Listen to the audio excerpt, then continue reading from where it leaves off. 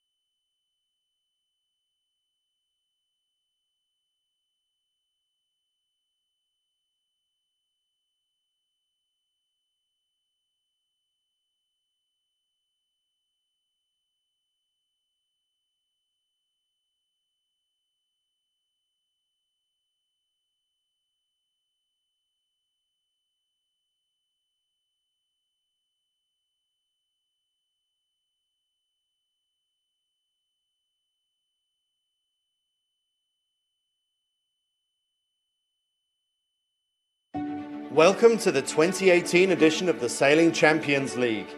This year we kick off in beautiful Porto Cervo for the first semi-final of the season, before moving on to St. Petersburg in Russia, and then the final in St. Moritz, Switzerland. With over 32 teams from all over the world, this season is shaping up to be the most competitive we've ever seen in the Sailing Champions League. Welcome to the final day of the semi-final in Porto Cervo, hosted by Yacht Club Costa Smeralda. And my name is Andy Rice, and joining me for the commentary again today is Mark Corky Rhodes. And we have a corker of a day lined up, don't we, Corky? It's going to be spectacular. The breeze is up a little bit further around towards the east. The points are really tight at the top of the table. We're going to have a spectacular day of racing. So there is a little bit more breeze today. They're going to have to watch out for the hoists and the drops on these spinnakers on this short course racing. So slight change in tempo, but in another sense, they've just got to keep on grinding through these final few races. Can't afford any slip-ups. No races that you can throw out here. You've got to count everything that you do. No, exactly. Every single race counts. Every single point matters. So you've got to battle that bit all the way down to the line. There's no discards, so it is just an accumulation of all of the points. That will be your final points at the end of it. And so the slip-ups now, it's been a lot of races, some long days on the water, and so it'll be interesting to see the mental and physical fatigue of the sailors and who's able to keep their head clear, their mind clear, and be able to focus on the next coming races. Well, looking at this drone shot, you can see why people come to the Costa Smeralda. Let's take a more in-depth look at this wonderful venue.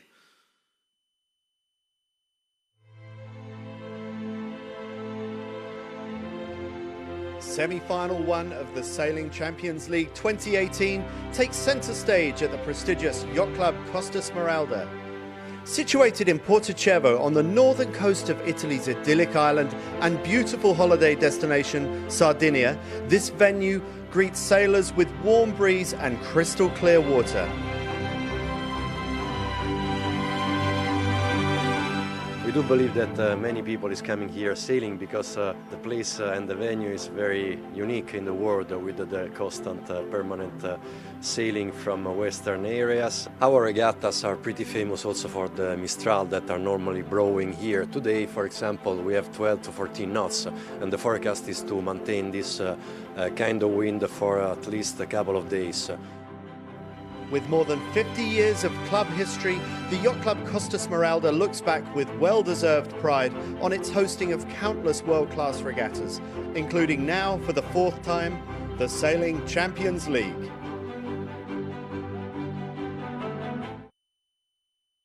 Well, Corky and I are sitting in the bows of that wonderful clubhouse of the Yacht Club Costa Smeralda. It really is an incredible building. I have to say, I'd rather be out on the water, Corky, but we will get to enjoy the sunshine of the Yacht Club Costa Smeralda a little bit later on.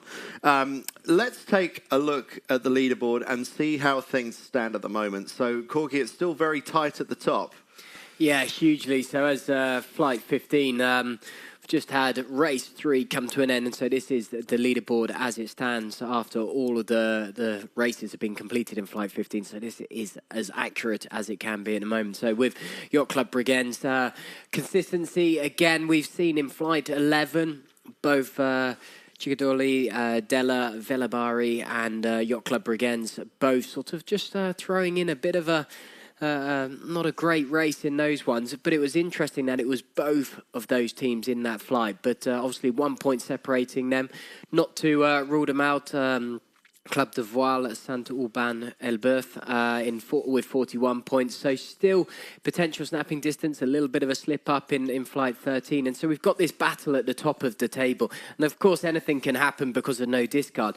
But really importantly as well is this part of the table, because this is the semi-final. This is what they're all trying to do, qualify for the final in St. Moritz in August. And with that period of time, this is where the boats are going to be battling it out. So we're starting to look around the 14, 15 boat area, and you can instantly see how tight the points are from 12 to 16. And I think 14th is the cutoff. So if you finish in the top 14, you definitely have a slot for the finals in St. Moritz at the end of August. Is that correct? That's correct. And exactly looking at those points there, look, 1 point separating from 12th to 15th. And so a lot of movement still there, but still plenty of opportunity for any other team. So 2 battles going on, one to win this semi-final, but also, secondly, more importantly, those top 14 boats qualifying for the final. So 2 different types of battle going on here. In the race just completed, just before we came on air, it was the only all-female crew here from the Royal Danish Yacht Club that actually, I think, managed to win that race according to... Oh, so no, I'm just hearing that maybe they were second in that race. They were leading it and they finished up second in that race. And was it Club Saint-Aubin? Elbeuf that won that race. So that's a crucial point for them because the French are in third at the moment, but still with a chance of winning overall. We're on board there with Trina Paludan and the rest of the all-female crew from the Royal Danish Yacht Club. Let's just get a sense of how this fits in with the rest of the season of the Sailing Champions League, and we will show you a little video now.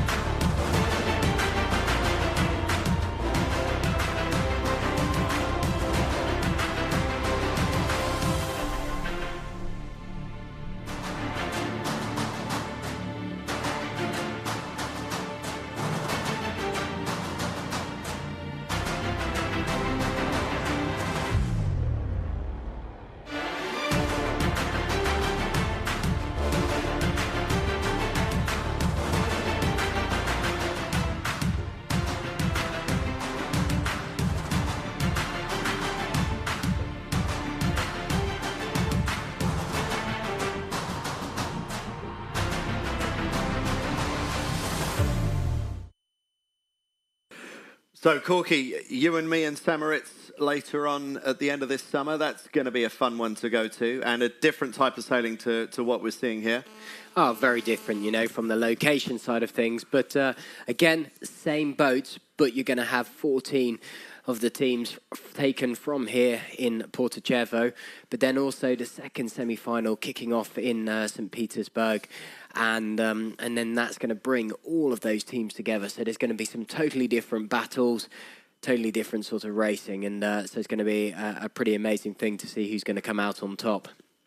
If anyone has any questions for us and wants any particular comment on any aspect of the racing, what do people do, Corky? Best way, head over to Facebook and go to Sailing CL. You'll be able to get onto the Sailing Champions League site. Throw up your comments on there and any questions. Be great to see some pictures of where you might be watching this, whether you're watching it from one of the clubs that are being represented here, and it'd be lovely to see your comments. Also, show your support to the sailors. We'll certainly try and do our best to fire out those messages for you. Lovely. So keep those messages coming. Meanwhile, we are just under 1 minute 30 to the start of race 1 of flight 16. And there's a little bit more breeze than what we saw yesterday. And it looks like beautiful conditions. Corky, from the SAP Sailing Analytics, what is the breeze doing? How much strength and what sort of angle is it coming from? So we're a little bit further around towards the east than we were yesterday. So might have a little bit of play from the land over towards the east, and that might sort of just create a little bit more of a shifty race course. We are seeing anything from up to 9 to 11 sort of degrees shifts. As we can see, as the drone pans around, you can see some of those islands and parts of the land that are going to possibly impact this the breeze. We've got a slight port advantage, but a reasonably square line, and so interesting to see them all racking up towards this starboard end. To the point where I'm concerned that some of those boats at the top of the picture are not even going to get a look in. They're going to get shut the wrong side of it if they're not careful. Certainly the green sail right over to the far side, looking that that's going to happen. That's Regatta Club Ulvenhofen, risking sort of sitting way out of picture and closing that gap. And certainly with the time that we've got available, breeze only about 8.5 knots, so slightly lighter. So these crews going to have to really dial in. Very high on the line for boat number 8, which is WSV Hiesbeck. So, will it be a clear start? So far, so good. It doesn't sound like there's a second sound signal. And a very good start off the leeward end. Boat number 2. It's one of our front runners for the overall honours here in Porto Cervo. It's the club, the Cervo della Velabari from Italy. So, very good start for them. But you could argue an even better start for boat number 4, Regatta Club Oberhofen from Switzerland. I would say they would have won that start. Would you agree, Corky? Well, the interesting thing was we were saying they looked like they were going to get closed out. So in those final sort of 10, 15 seconds, there must have been enough movement on those boats sliding down the line as the bows went down that they came in round from that committee boat end, which we kind of class as a bit of a cowboy start because it could easily have not been that opportunity, but they've come round, come off that side, and they're in control here with a port and starboard as they come across from that centre line. What's strange is that there seemed to be a real commitment towards the committee boat end of the line, and yet you were saying it was an even line. So that implies, from what you were saying in the pre-start, that there might be a land effect or something to drag the boats right. So why, when you get a good start and you have an opportunity to tack early, why do you not take it? I'm quite surprised that the two boats that got the best starts are actually some of the latest to tack over to the right-hand side. Well, I think it's something that we see yesterday. It's a really nice controlling position. What you've got to remember is that these courses are short. You're not really sort of got a lot of distance to sail in either direction. And so what they've done is they are just off the actual centre line of this race course. So they're giving themselves the greatest opportunity for any of the shifts that come in. They came off, they had a clear lane, they had good speed, and they're now starting to track back and cover the other boats. A nice little loose cover as they go back towards the other side, but they're also just keeping an eye on the boats behind. Pretty sure the big yacht just going behind, potentially My Song. They've been out a bit of practicing. We saw them hammering around in the background yesterday, but also showed a sheer scale of the size of these boats that are out here on the water compared with the J70s.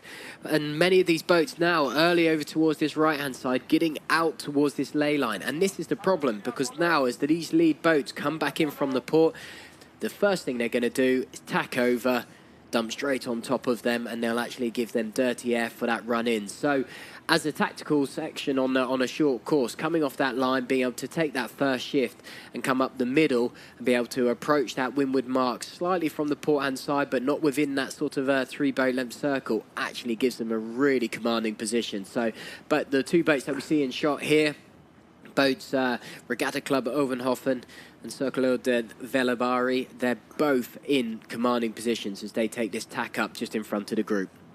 So it looks like the early lead has gone to Cervo della Velabari, and that's very useful for them in their bid to win this overall event in Porto Cervo, and getting comfortably across the bright yellow boat of Royal Danish Yacht Club coming in on port. And the women on the Royal Danish Yacht Club are going to have to be careful as they tack in here. Are they going to be able to do that without fouling some of the boats already on starboard tack? We've seen a few people come a cropper on that. Meanwhile, around the top mark, kite goes up beautifully on boat number 2. It's the Italians who lead at this stage over the Swiss Regatta Club Oberhofen. There, Jenica setting nicely on the light green sails, followed by Royal Danish Yacht Club. Trina Paludan and the women in 3rd place in this race as things stand. And we're on board with Regatta Club Bodensee from Switzerland. Julian Flissati sitting down to leeward at the back of the boat, just sheeting on the main sheet and helping set that kite with... He's in the middle of the traffic. This is the place where the umpires do their work. We often see penalties handed out in the midsection of the fleet. And bringing up the rear in boat number 1 is Hellerup Sail Club from Denmark. So you can see, even though that the great thing about this one-time racing, short course racing, is it doesn't actually create too many gaps. We are seeing gaps emerge, so 24 meters out in sort of front, and then those gaps sometimes extend up to 40, 50 meters for those front-running boats, but generally in the mid-pack, they stay very tight and congested. And we saw yesterday a lot of people taking some risks, getting their penalties, and suddenly sliding themselves right to the back of the fleet, and you just can't afford to do that in these tight races. And so, great job coming in here, pulling down hard on that clue, releasing it out, getting that boat up forward, the crew sitting nice and far forward. You can see many of them up and around that mast area, trying to keep the weight forward and get that stern out of the water. But there's the lead two boats. You can see nice bits of breathing space in between them and the third boat here, which is the Royal Danish Yacht Club, Koninklijk Dansk Yacht Club. And it looks at the moment like the leading Italians, oh no, now they've jibed where they have, they could well set themselves up for taking the mark that takes them back out to sea, because it did seem like going out to sea, going out to the left-hand side of the beat was the way to do it. A good leeward drop from the Italians whilst the Swiss sail towards the other mark, and it looks like they have a bit more distance to sail to get to the other mark. So this is playing quite nicely into the hands of the leaders right now. Yeah, too nice. Not bad roundings, a little bit sort of scruffy with the kite sort of coming down and actually losing a lot of actual speed on the way downwind. So the girls holding a bit more momentum all the way around there. So they've done a really nice rounding. Very nice from the all-female team there. And got good momentum out, but close behind them, trying to close that gap. You can see a lot of them, all the angles that they're trying to hold as they go round and really stuff these boats up. And it's all becoming a little bit scrappy. So jib not unfurled there on boat number 6 and still trying to get that kite down. So it's about still maintaining a good, solid teamwork, being smooth around the boat, keeping the boat speed up. Certainly in the breeze at the moment, it's starting to soften a little bit. We've got about 6.5, 7 knots of breeze, so it's starting to go lighter. So you can still see some of the team throwing the boat around, being quite aggressive with it in the same sense as if there was still the 9, 10 knots that were around on the race course. Now this is a really kind of section for the sailors to go into that mindset, go into that physicality section of we need to smooth and everything out. We need to slow down. We need to keep this momentum going, because any sort of maneuvers they're doing where they slow down and lose the speed is going to be costly. The women on board being lighter, they have 5 on board instead of most of the other teams, which tend to have 4 crew. So in some ways that must give them more opportunity for weight distribution in sort of different configurations compared with the 4-person crews. Well, it does. It's one of those ones where it can either be a benefit or it can be a hindrance in that sort of sense. Is that, you know, you've got more sets of arms, more sets of legs to move around to get the kite down. There's more people to either be in the way or be helpful. So it depends on how the team's set up. They're obviously sailing really nicely. They had a good position, taking a second in the last race. Again, they're up in the top 3 again. So they're sailing really nicely and smoothly in these conditions and seem to have that fairly well dialed in. But for some teams, they want to run the 4-person setup. I mean, they go for slightly heavier people, but have a little bit more space on that boat. It's interesting that the leaders in boat number 2 on the left of our picture have tacked underneath the ley line. Often we see the crews at the front of the fleet when they have the opportunity to keep the manoeuvres down to a minimum. So I wonder why the Italians have chosen to take 2 extra tacks. It really does look like it's softening up an awful lot there, and it looks like whatever they saw on the right-hand side of that course, they didn't particularly like the look of. They must think that there's a little bit more breeze up on this left-hand ley line. Right, there's definitely a knot coming in from that right-hand side, so a slight header which is causing these boats just to sail on a slightly lower angle. But there, the Royal Danish Yacht Club have made that gain and climbed up into second place. And so that little tack up was a good way of keeping some clear breeze in, keeping their bow forward on it. So good tactics on board there from the Italian team, but a great little gain by the Danes as they come on round. Second place on board with them now. Kites hoisted, now settling in. Straight eyes go onto the back of where the next boat is. The Swiss team, Regatta Club Ovenhofen, they're breathing down their neck. Oh, a little clean of the camera, and there's a nice hand. But you can see the team all working away, the crew members keeping an eye out. And that's it, because the attacks are all coming in from behind where the boats are. You can see them all tightly packed. Little bit of breathing space, and you can see that in the speed downwind. The Italian team out in front. A slow hoist here from JK Aurora. Oh no, it's going to be a penalty. Looks like it's a penalty on the Slovenians, deemed by the umpires presumably not to have kept clear from the other boat, WSV Giesbeek from the Netherlands. So an expensive mistake there by the purple boat, and almost fouling one of the other boats at the back when they are still completing their penalty. So some sloppy sailing there by the Slovenians. And the racetrack now with the breeze staying quite solidly down in line for this nice right side of the course. So that is why everyone's just set and hoisted and just going down this right-hand side. So a bit of a procession, not creating much of an opportunity for overtaking as they run down towards the finish line. The speed difference is right there. You can see a little bit further, a little bit quicker out in front, a bit more breathing space, and that gap starting to open. So they're very comfortable out in front. And no one wanting to go for an early jibe this time. So the breeze that seemed to pay out to sea on the beat, it seems to be what is also convincing the fleet to stay on starboard jibe for as long as possible. So it seems like there's a little bit more wind, a little bit more reliable power out to sea on this race course right now.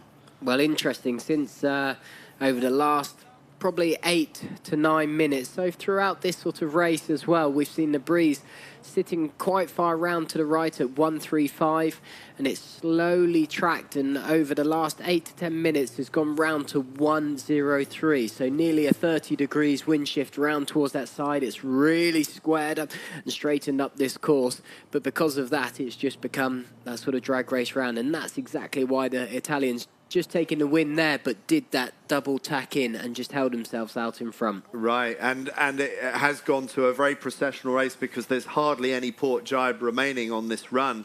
The Italians secure that race quite comfortably.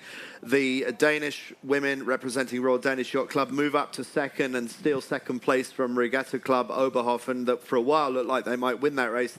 The Swiss have to settle for third against another fourth-placed Swiss boat, Regatta Club Bodensee, followed by the Dutch WSV Giesbeek, and then the Danish Hellerup Sail Club and the Slovenians who took that penalty at the windward mark, bringing up the rear somewhere at the back. But also, Malmo Segel Salskapet. We haven't had anything to say about them in this race, unfortunately, bringing up the rear in that race. Very solid race by Circolo della Velabari, skippered by Simone Ferraresi. And that's exactly what they need to be doing if they're going to continue to take the fight to Yacht Club Bregenz, who are their main rivals right now for the overall title here in Porto Cervo. And still a photo finish, not quite actually, just a slim win to avoid the wooden spoon for JK Aurora, boat number 7 coming in just ahead of Malmo Salskapet. This is tricky because, you know, again, we talked about this. There's the two battles. There's obviously the crowning glory of winning one of the semi-finals, but all that does is create that qualification through to the final, and that's where it's all going to be played out. But real battles going on down in the sort of around that 14th position, that cut-off point for people to go through. And the Swedish team that we just said, Malmo Segel Salskapet, basically, you know, again, not a wonderful race with a 7th there, really applying some quite big points, and they sit in and around on that borderline of those figures. Still with 2 more races to run in this flight, it's going to bump them out of that sort of qualification place at the moment. So they're right on that borderline, and they need to find some kind of consistency and a few better races to try and scrape them back up. And Malmo, just to give you some context, I mean, they might have finished at the back in that race, but they've got a couple of second places in some of the other races. So they're quite capable of finishing at the top end of these races, as indeed most of the teams are that we see. The 22 teams out here, nearly all of them have the potential to win races at some point across the 4 days of competition. but it's all about the consistency. And at the moment, Malmo need to find some more consistency at the front end of these races if they're going to secure one of these top 14 places. And we're on board here with APCC Nantes from France, skippered by Simon Berthaud. I wonder, whilst all the boats are identical, I wonder how many little tweaks each of the teams have when they step on board a boat. Do they bring their own bits and pieces, their own little bits of elastic and rope and things like that? Do they tape things up differently to other teams? Can they retune the rigs? I think with regard to the rig, I don't think there's a huge amount you'll do to it. There'll be a pretty standardised sort of what's going on and what you can actually get away with doing. But they'll certainly have a few things that you'll be able to do really quickly on the water that they'll make those adjustments.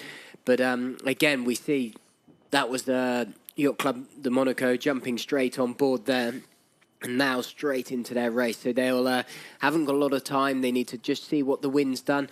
Obviously, in that last race, we've seen there's been up to about a 30 degrees wind shift. That's, you know, pretty radical in that side of things. So now for these sailors that have been sat watching that race, now need to get out, see what it feels like, and reset themselves. Now, because of the success of the Sailing Champions League concept and the national leagues that have only been around for 5 years but have made a big impact on the kind of sailing that we see taking off around Europe, there's been a couple of developments this season, some brand new sub-leagues, and one of those is a youth league. Another one is the Women's Sailing League. Let's hear from one of the women that are looking forward to competing in that new league. Hi, I'm Josephine from KDY. Well, the real difference between men and women in sailing is actually that men are way more hysterical. They yell more. They always feel mistreated. It's everyone else's fault, never their own. So that's the main difference. They're actually the ones being the hysterical ones out there. Great. So you heard of your offensive. So I guess you heard about the Women's Sailing Champions League. What are your thoughts about it? How do you like it? So it's really great. There's going to be an all-female event in Kiel. I think it's a really good opportunity to get more young, especially young women, to get together and sail and actually show them that it's possible to do racing on a high level. So I think it's a good way to get more women to start, and then at the end I think they should compete against the guys because we actually beat them. Wow, that's really interesting. So, but in general, how do you like the Sailing Champions League as a sailor? Well, actually, the Sailing Champions League is really great because it's really easy. You don't have to have your own boat, your own gear. You can just bring your bag and take a flight ticket, and then so everyone. It's really, really easy to just go out sail. It's fun, it's fast, it's short, so it's perfect for sailing. Okay, great. Thank you. You're welcome. Hysterical? How dare Josephine call me hysterical? I've never been hysterical in my life. Not your characteristics whatsoever. No, how dare she? Anyway, you've heard it here first from Josephine just then. Men are more hysterical and women are not. So that's why perhaps they're doing as well as they are in the competition here in Porto Cervo, because they're keeping it cool, they're keeping it calm. They're not shouting at each other. There's no blame game on board their boat. You can't afford the blame game, can you, in this kind of racing? No, well, if we, you know, it looks like they haven't done many races when you say, oh, it's flight 16. But actually, flight 16, race 2, which is what we're going in on, is race 47. Okay, they haven't raced all 47 races, but for them to keep mentally strong, to keep focused, you're jumping in the boat, you might do one race and then you might not sail for 3 races, or it could be 4, it could be, you know, so you can be actually out the boat for quite a long time, then you have to get back into it. And when there's that chopping and changing, similar to sort of the match racing bit, it can become quite hard because you can get distracted, you can switch off, and it's then trying to bring yourself back into the here and now, what's going on with the information, what's going on with the wind. But then again, you can spend your whole time analysing, focusing this and not switching off. So it can become a very mentally draining bit. But so staying cool, staying calm, collected, having a good team around you that all do the same. And it certainly looks like they've got a fairly solid team with them. Just 1 minute to go, and I'm wondering, based on what we saw in the last race, when we saw that big left-hand wind shift that was really quite critical on the final beat of that race. What would the tactics be now? Would you expect that wind direction to hold, or would you expect it to go back to the right? In other words, which end of the line do you want?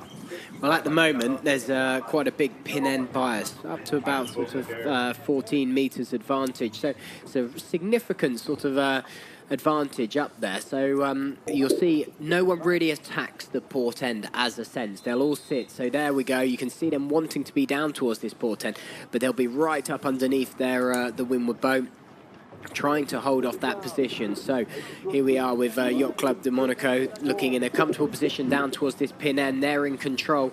Look a long way off from this line and pulled the trigger late on this line, but you can see them struggling to get actually over this line. I wonder if there's been another wind shift or something, because really the boats at the pin end were a little bit late onto that, and Yacht Club Monaco only just squeezing around that mark, and really a fairly poor start by Yacht Club Monaco. Then again, as you can see from this shot now, they're still in a good controlling position on APCC Nantes, just on their windward hip. The question now for them is, can they tack as early as they want to? Because if Nantes can sit there and live there, yeah, you can see Francois Brenac is telling them to go. He's telling Nantes how to sail their race. But Nantes is lifting out on their hip, and actually it looks like Yacht Club Monaco is... Oh no, they're coming back. They're coming back. So there's a bit of a match race going on here between the French and the Monegasque, and actually, as Corky has just pointed out to me, maybe what Francois Brenac was pointing to was the power boat wash, and maybe he feels he's been fouled by one of the boats out on the water, one of the ribs. Well, it just, when we look back at that start, it just seemed like a poor start for a number of the boats there, because the breeze is still sitting, if not starting to track slightly back towards the right-hand side. So it was just where they had all lined up and positioned themselves. But yeah, you can see the swell coming through on some power boat that's either come through or movement, and you can see that very clearly from the drone shot here. And, well, in these boats, well, that's something significant. We've got the breeze there at sort of 6.5, 7 knots. And that could be quite nice to have a bit of that underneath you, couldn't you? I mean, well, if you take the advantage, be surfing upwind potentially. Yeah, take the advantage and actually go with it and not punch through it. But, you know, it was interesting, quite a lot of punch through it and stuff. Certainly Yacht Club Monaco came through this side of it, and now they're chasing it back down. But if they get onto that, that's certainly going to make a gain there. So you can see how noticeable the whole swell lines from that are, and how they're lifting up, and the big significant pushes as we zoom in on boat number 1 there, which is APCC Nantes, and you can see them just being picked up by that swell and pushed. That's given nice advantage, but this breeze clocking slightly round towards the right. We've just seen a big shift round towards the right for about 10-15 degrees, and now it's starting to track back to the left. So there was a short advantage, a little bit gained from those right boats, but now the boats sitting out on that right are going to start to lose again as this breeze is going left hard. So it's going to come back and start to favour again Yacht Club de Monaco. They just look a little bit more powered up to me. I didn't think they looked very good 20 seconds ago, but they've still got their legs out, they're hiking hard, and the boats that have tacked onto starboard, they look a little bit soft on that side of the course. So a little bit of a repeat of what we saw in the previous race, which played into the hands of the Italians. So now it's squeaky bottom time for the Yacht Club de Monaco. Will they have enough speed to get across the front of the starboard tackers? Well, this is it. They've got nice breeze coming up to over 8 knots, comfortably coming in from that left-hand side. All looks good. Should clear in front. Going for attack just to cover that position. Tight on that lay, but they're nice and comfortably in here. But squeezing that mark and shooting it again. So very interesting, sort of just, again, from that start, going back to that, there was a lot of people pushing that start really hard, but were actually in the wrong positions, and they saw them actually having to squeeze around that mark where they could have comfortably gone round. But all looking very comfortable at front. Yacht Club Monaco lead. Yacht Club Brigands right there. They're the ones battling it out as well at the top of this leaderboard. And so every consistency is going to matter. And the boat going round now with the dark blue sail, number 1 is APCC Nantes. And if you remember at the start, they had a pretty much identical start to Yacht Club de Monaco. But how things can change in the course of that one beat, they find themselves back in 5th place and with some gap to the top 4. So very different set of fortunes for the two boats that started next to each other. Yacht Club de Monaco in the lead and APCC Nantes in 5th. But Monaco have to look over their shoulder at Yacht Club Bregenz. Yacht Club Bregenz, one of the front runners for winning this regatta, one of the overall leaders and very consistent performers are the Austrians. So Yacht Club Monaco know that they've got a form team breathing down their neck. And we're on board with Monaco, just managing to stay on a slightly lower line than Yacht Club Bregenz, which is very critical for Francois Brenac and his crew, because it means that they can choose to jibe whenever they want to. So that's a good defending position for the pink sail on the right-hand side. Now the question is, how much has the breeze shifted? How much of this is turning into a one-way track in the way that we saw on the final run down to the finish of the previous race? No one's jibed off yet, which suggests that with that change in breeze that we saw just now, that this is a bit of a one-way track. It's exactly that. That breeze is moving round towards that left again. We're at about 109 degrees. So that little spike over towards that right, back round to 126. And that was where that little advantage came. But then it very quickly went back towards that left-hand side and again has stayed in this left phase, causing a lot of boats come down here. Only one boat separating out towards the far right-hand side. But Yacht Club Bregenz having a shocker.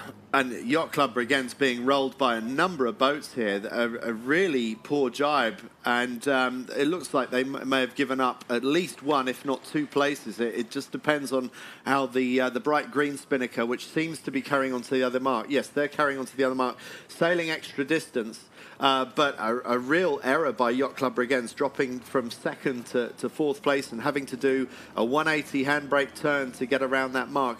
Be really interesting to see how the boat that goes out to the far side of the course fares from doing that. I think that's Orlandska from Finland that's gone out round the opposite way. But we're back looking at Yacht Club de Monaco. Francois Brenac just calling for an early tack, so they haven't sailed very far out to the left. Nice roll tack up to the new side, keeping the boat speed on, and the Monegasque crew maintaining control and really increasing their dominance on this race, partly because of the error made by Yacht Club Bregenz with that awful jibe that they did just now. Well, it seemed an odd position. They obviously went into a slightly attacking mode. They couldn't soak deep, so Yacht Club Monaco held that deeper line on the kite, so they went slightly higher, a little bit quicker, started to get a bit of a roll going, and that's when Yacht Club Monaco jibed off. They tried to hold that little bit of speed and go a bit deeper and looking for a tighter line into that gate, but sailed a much greater distance, a poor jibe, and it just enabled the 2-3 boats to roll straight down with speed above it. Bit of a schoolboy error in that sense. I would say so, yeah. And you can see the windward mark on the left-hand side of the picture. It looks like Yacht Club Monaco is in good breeze and with a good angle. And I wonder if Orlandska, at the top of picture, boat number 3, has not done so well by going around the opposite mark. On the other hand, Yacht Club Bregenz is at the bottom of our screen, boat number 4, YCB, and the most furthest left boat right now, but still back in 4th place and only just crossing APCC Nantes. So a real giveaway by Yacht Club Bregenz, and it's moments like these where this championship could be decided. It won't necessarily be on the final race of the day where this championship is decided. It's small errors like that that can compound on themselves and potentially knock the Austrians back down the leaderboard. That's exactly what we're really seeing at the moment. If they had stayed their consistent 1-2 sort of way, then they would have a little bit of breathing space at the top of the table. But in their current position at the moment, this will hold them back into 3rd, sort of battling for 2nd and 3rd. So, yeah, very tight at the moment. Having said this about Yacht Club Bregenz, boat number 7 in the middle of our picture, going left as they have done has served them pretty well, and the boat that went round the far mark and went up the right-hand side of this beat, the Finnish team, have really not done very well at all. So Yacht Club Bregenz have got themselves out of jail to some extent by keeping faith with the left-hand side of the course further out to sea. It is a bit of a one-way track at the moment. It's not to say that there aren't opportunities going the other way, but it seems more risky to go inshore right now.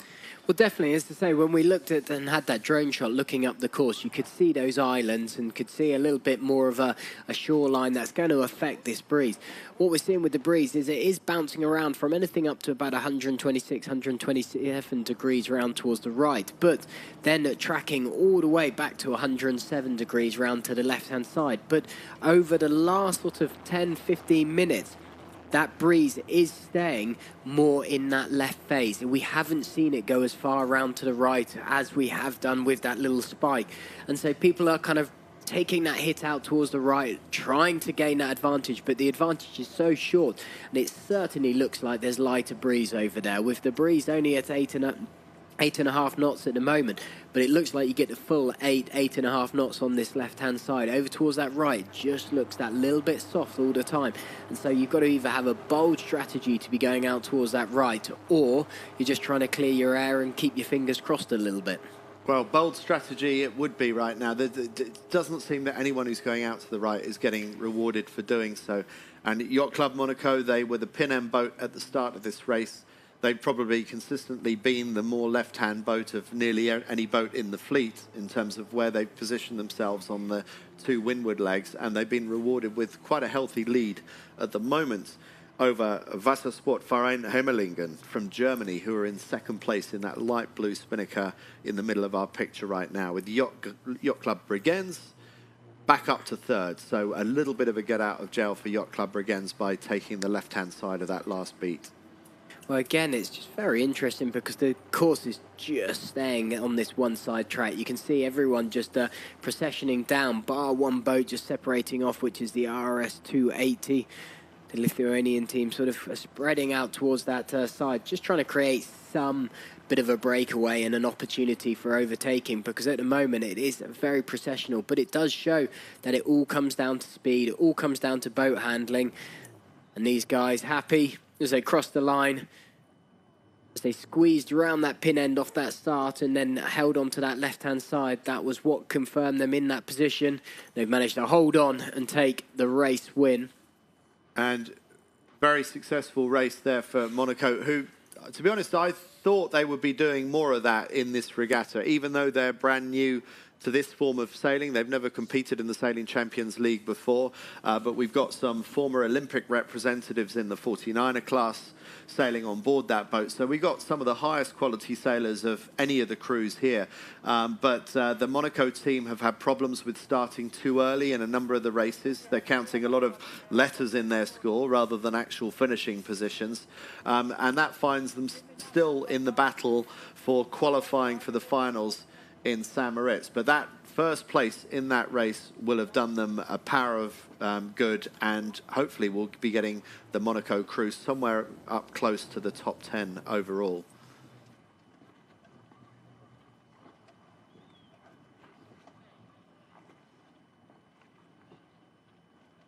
The Yacht Club Bregenz, they had a sniff of being able to win that race, and then they made that error with that jibe towards the bottom of the first run, which really put them out of contention for winning the race, but at least managed to sneak back to third. We're on board at the moment with Cape Crow Yacht Club, just getting the boat ready, getting the Swedish flag on the back, and it's a young crew that represents Cape Crow Yacht Club, skippered by Jakob Lundqvist. And they also are one of these teams that are on the cusp of qualifying. They are in the mid-teens right now, and they have a lot of work to do today if they're going to secure one of those spots for St. Moritz at the end of August for the finals of the Sailing Champions League. So we're in the changeover mode right now, and a few new crew stepping on board for what will be, well, race 3 of Flight 16, race 48 overall of this competition. Well, and with still one more race to finalise this flight, this will obviously change the leaderboard, but the top 3 boats all on equal points with 40 points at the moment. So there is still the French team, Club de Voile, Saint-Aubin, Ulbeuf to race. So even with if they take a race win, that will put them 1 point behind. But Yacht Club Brigands and Circolo del Velabari are up on front on equal points. So a 3-horse race at the moment, but with an outside chance for the 4th place boat of Segel und Motorboot Club Ubelingen to also come into the podium if they have a good day. And then a bit of a drop away on the points after that for Regatta Club Bodensee and Yacht Club Monaco actually up to 6th place. So they're actually doing a lot better than I had given them credit for. They've had a good climb in recent races with a 2nd in their previous race earlier this morning. Nice shot of all the sailors were just on the boat Matilda, which is where they camp out in between the races, bar obviously on the ribs. Here we're with the umpires now. And I hear that we have an opportunity for an interview with one of the sailors, and I believe it's with the Austrian team, Yacht Club Bregenz. So I hope we can have an on-the-water interview with one of the leading lights in this competition coming up.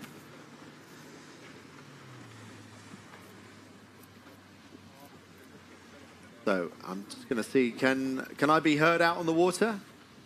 Am I speaking to Yacht Club Bregenz? Yep. Okay, so who yeah, am I? here Yacht Club Bregenz.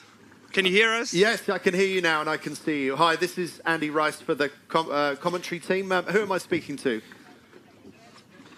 And your name is? It's Jodok Kung from the Yacht Club Bregenz. Okay, well, the bowman of the Yacht Club Bregenz, Jodok Kung, is here. Thanks for joining us. And so, how's it going for you? That was a difficult race for you, but you managed to salvage a 3rd place in that one, Jodok. Yeah, it's always difficult, I have to say. And we learned that like 3rd places are still pretty good out here because it's so tight. The competition is so tight. The other sailors are so good as well.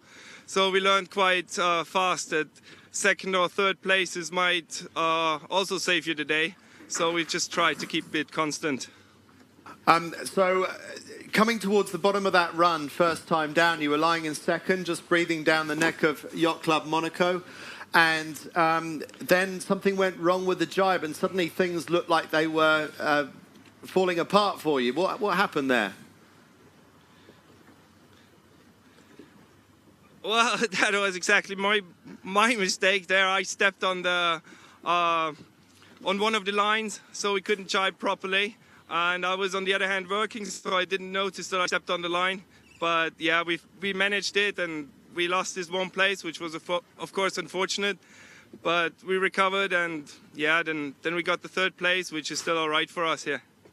So I'm sorry to put you on the spot there, Jodok. I didn't realise it was your mistake on the boat. Well, thanks for owning up to that. Is that why everyone else is sitting at the no opposite? No problem there, no. I wondered if that's why everyone else was sitting at the opposite end of the rib from you. No, it's just... No, I'm just joshing you with you. It's all no, right. It's not that bad, actually. I mean, we know that we're one team, so... And no, I don't... No, that's all fine with us. We're having a good spirit, and that's all good. Well, Jodok, thank you very much for joining us and taking out the time. And you guys are sailing incredibly well. We wish you the best for the rest of today, and we'll see how things play out at the end of this afternoon. Very best of luck to you. Well, thank you very much as well, and all thanks to the sailing community out there watching us. Have a great day and see you around. So that was Jodok Kung from Yacht Club Bregenz owning up to that mistake in that race, but saying that they are still one team, and a 3rd place is very much one that you'd still want to count in this kind of competition that rewards consistency. So we are going to come back in to the next race soon, but we're on board with the good ship Matilda, so if they can hear us on the good ship Matilda, it would be lovely to get away from you. And we have about 4 minutes to the start of the next race, Oh yeah, we're getting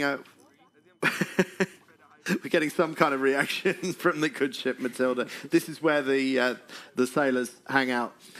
Corky, what's the breeze doing right now?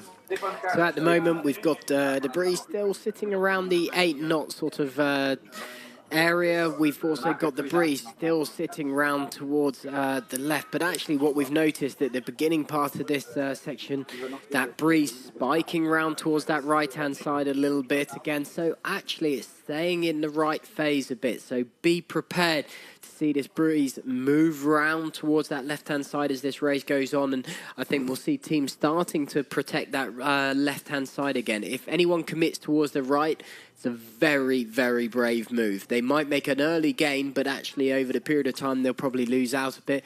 Lines looking pretty square, again, with the breeze moving back towards this right. But as we feel, and as we've seen over the last race, that breeze starting to track towards that left-hand phase, and if that happens, it will create that little bit of bias towards that port end. And even if we see it move right round towards that left-hand side, a huge bias towards that left side. So it depends on where people are going to position, but a fairly simple racetrack in the terms of being able to get off, keeping an eye on that left-hand side. Short gains made on that right, but you're not able to capitalise them into long-term gains. Bearing in mind the last race was won by the boat that won the pin end of the line, the Yacht Club Monaco, who didn't actually even get a particularly fast start off the pin end. They had to sort of squeeze round the mark to get round it, but they still won the race from there. Would you not expect to see a little bit more of a battle for the left-hand side of this start? I'd like to see more people just fighting for that side. We've been really quite surprised by how many people haven't really gone near it, to be honest. And certainly with the breeze being in this left phase, being out towards that left-hand side is a favourable thing. The problem is that if you don't get a wonderful start and you do sit on that left-hand side, exactly how we did see for Yacht Club Monaco in that sense, they were being held there and they weren't able to tack out until other competitors tack out. So in a way, they were out of control on their start in that sense because someone else is controlling when they were able to tack. So pretty tricky for any boat deciding to wedge themselves down to that left side. You need to be able to take that opportunity to tack on that first shift. Less than 1 minute to go now, and we're on board with Morgenländischer Yacht Club from Austria, skippered by René Mangold. Very experienced racing skipper. And still a lot of manoeuvring and not much pattern yet, with only 38 seconds to go to the start. Now there's a pattern forming. Everyone is pretty much head to wind, just edging their way onto starboard tack. And again, not very much sign of anyone desperately wanting the pin end. They're mostly fighting for the committee boat end. And, well, boat number 7 looks like it's going to make a bit of a bid for this end of the line. Long way back from everybody, and as they sort of surprised by, you know, there is definitely that bid for that pin end, but people misjudging it all over the place. You look at how line is skewed now at the moment with 3 minutes to go, 3 seconds to go. Ooh, and very, very close for boat number 7, and it looks like they're going to be over, and that's one of the leading lights in this competition. Club de Voile Saint-Aubin-Elbeuf have to go back round and restart, leaving the way clear for Cape Crow Yacht Club. Boat number 5 just going out of picture. So some very messy starts there by 3 boats, and some of those teams we would expect better of them, not least from Saint-Aubin, who are now going out to the what we think is the less favoured right-hand side. So the boats that are going in that direction are only going there because they're making amends for a poor start. So I would say best start on this occasion goes to Cape Crow Yacht Club, who we're on board with now, and Jakob Lundqvist looking quite relaxed there on the tiller of the boat and in position to tack pretty much whenever he wants. And I wouldn't be surprised if he tacks fairly soon.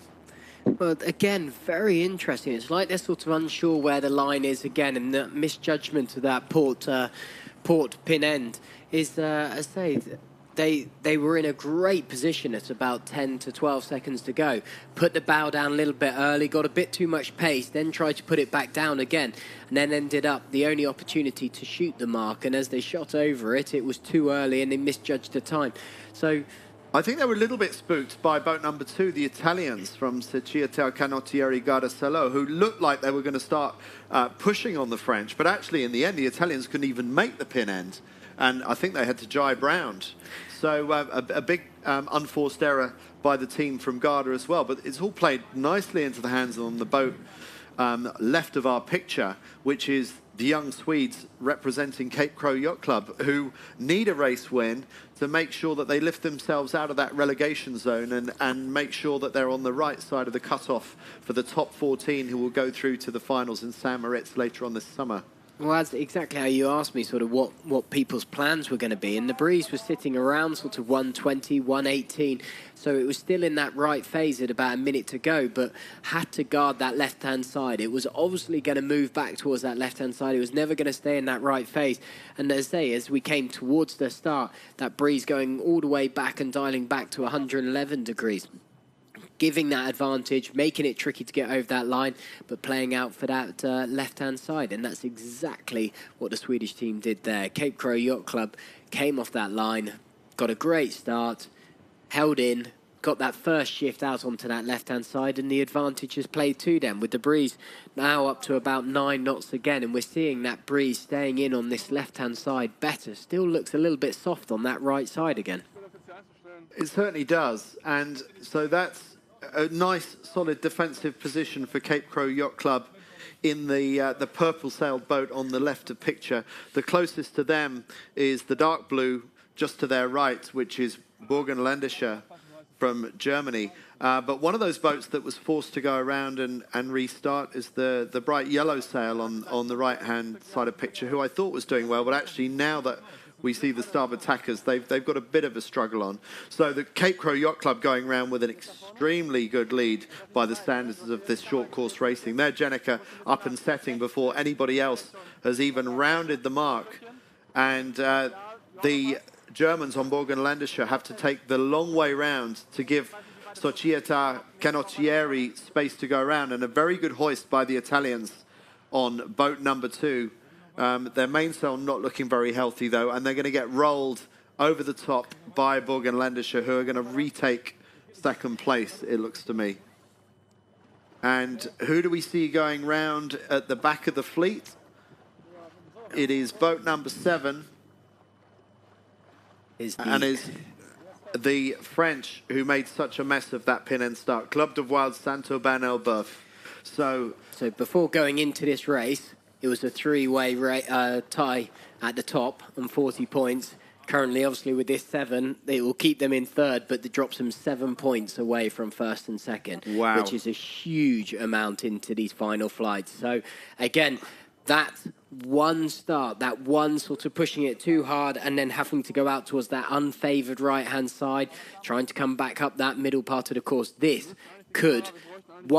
one flight could see them. Obviously, obviously it's reliant on the other boats and the other teams to how they get on. But if they keep their consistency, be the end of their title shot here in Porto. Well, they certainly have a lot to do if they're going to salvage anything from this race right now. But Cape Crow Yacht Club, we just had that view of the fleet way back behind them.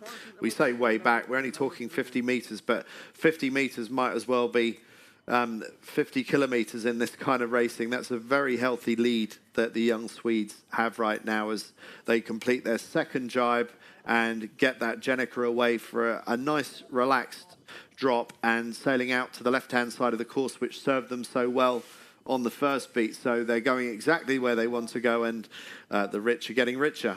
Well, it's exactly that. You can see how tightly packed these little groups are forming behind them. They don't have to consider anyone except where they want to sail. And then once the rest of the team start to make their way around the gate, they can just shadow cover them back. But we can see that lead over 60 metres. It's, it couldn't be any more comfortable for them, exactly where they would want to be.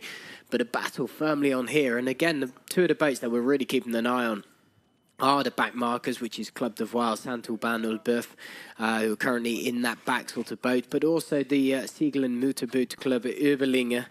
They are just the boat just in front of them, but those are the guys fighting for third and fourth. So actually, if the German pairing were able to squeeze up a little bit and make a couple more places in this race, then they could really apply. So very tight and scrappy roundings, and this is where a gain's going to be made.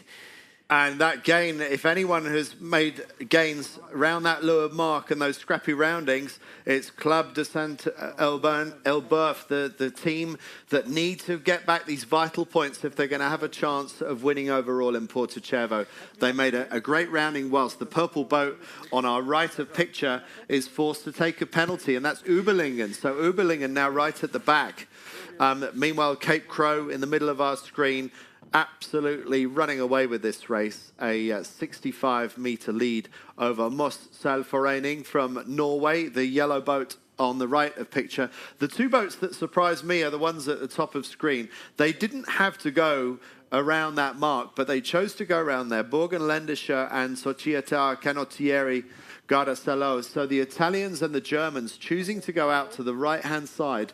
And surely, if they were doing their homework while they were sitting on the good ship Matilda, they would have seen that history so far this afternoon does not reward those on the right-hand side of this race course. Well, again, it's like there's a sort of a one-track mind on the tactics in the sense of, fine, take the other gate mark, get yourself away from all the other sort of disturbance, the other boats, clear your air. But come back across, use that gate mark just to give you that bit of breathing space and then come back and protect that left-hand side. Just because you take that other gate mark doesn't mean you now need to commit far to that right-hand side. And it just does seem a bit of an odd tactic. They're going out, they've obviously got nice clear air, they're near anyone else, but the advantage generally coming from this left-hand side. So it just seems like a bit of a bold strategy. It's a way of clearing out, getting away from anybody else. So I appreciate what they're trying to do in that sort of sense. But they're going to find that these boats coming in from that left-hand side are going to have the advantage as they come into the mark. Cape Crow Yacht Club going around the windward mark for the final time, and there's no one that can threaten them. I would say that of all the races that we've watched over the last couple of days, this has to be the most emphatic lead that we've seen so far. The Norwegians in second place just going past under their boom, and still to tack on to starboard tack. We're about to see the yellow boat do that, but look what the gap is now. Back to Cape Crow Yacht Club, drifting down towards the finish, well in the lead. The Norwegians making a nice safe tack around the windward mark. And coming up now, Borgenländische in third place in boat number 1. And in fourth place, Club de Voile Saint-Aubin-Elburf. So that's a good climb from the back of the race to come in the middle position now in fourth. Can they make any more gains? They're salvaging something out of this race, are the French. And that's what they needed to do if they are to stay in contention with Bari and Bregenz from Italy and Austria in the overall battle for honours here in Porto Cervo. The kite only just set, it came out as a bit of a wine glass, so has that twist in the middle, and it took some effort for them to get that. So certainly not going to allow that gap to close, but look at the distance out in front. That's all Cape Crow Yacht Club will be trying to do, see if they can get over the 100-metre barrier, see if they can be the first team through to claim such a lead. And there we see it in that right-hand side alongside the other boat names. It's very close that they've just extended out, and a great race. That all came from wasn't an amazing start, but it came off in control of that left side. Two boats that were really fighting for that left-hand side, not making it. One being over the line, having to go back, cleared them out. They favoured that middle to left side. And again, with that breeze over towards that, we see it starting to track right again. So there's a little bit more of an oscillation sort of pattern happening with the breeze. But still, if you're not keeping an eye on that mid to left side, that's it. It's game over. Does seem that way. It was a lot more even yesterday, I would say. I think today is much more about winning the left and protecting the left-hand side of this race course. So that's some justified high fives on board the Swedish crew, Cape Crow Yacht Club, who win race 3 of flight 16 by almost 100 meters. And the rest of the teams still to come down. Moss Seilvereinigung hoping to hold on to second place, and they look like they're in a pretty healthy position to do that, just in the back of our picture. Here's the bright yellow kite, the Jenica blowing through as the Norwegians secure second place, skippered by Karl Einar Jensen and quite a comfortable victory for them. Now it's getting a little bit tighter, but Borgenländische Yacht Club look like they're going to hold on for third, and then coming in for fourth, Club de Voile Saint-Aubin-Elbeuf, salvaging that fourth place from what looked like a disastrous start to the race. And a bit of a giveaway there in fifth place, the red boat from Italy, who really shouldn't have taken the right-hand side of that race course.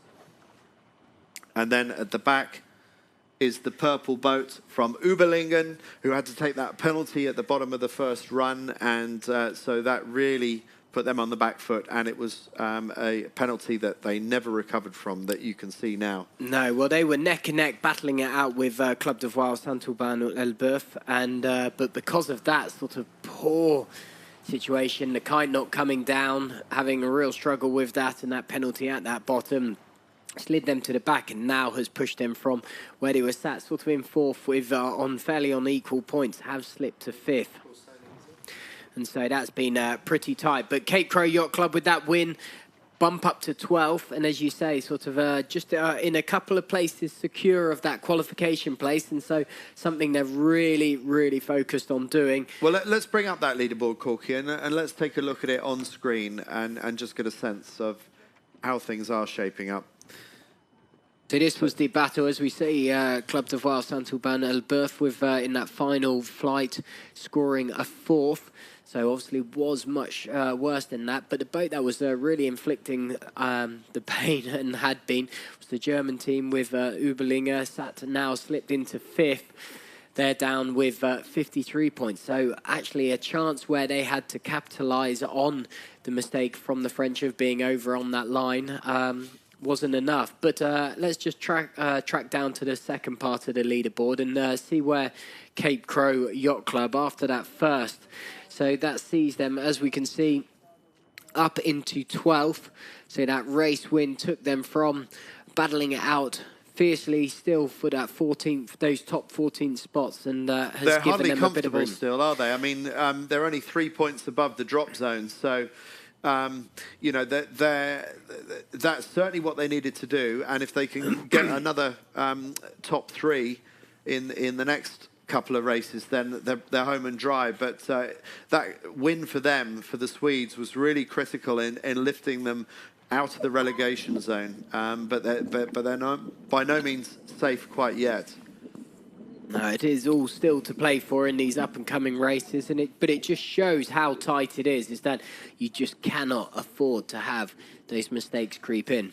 And that third place for Borgenländische Yacht Club from Germany, that was their best score in some races. When you look along their line of results, they've got an awful lot of 6s and 7s in recent races. So that's a good morale booster from them, but they've still got work to do because they've got 5 points off the 14th place boat, Yacht Club Scheveningen from the Netherlands, who are the boat at the moment who are just above the cut-off point.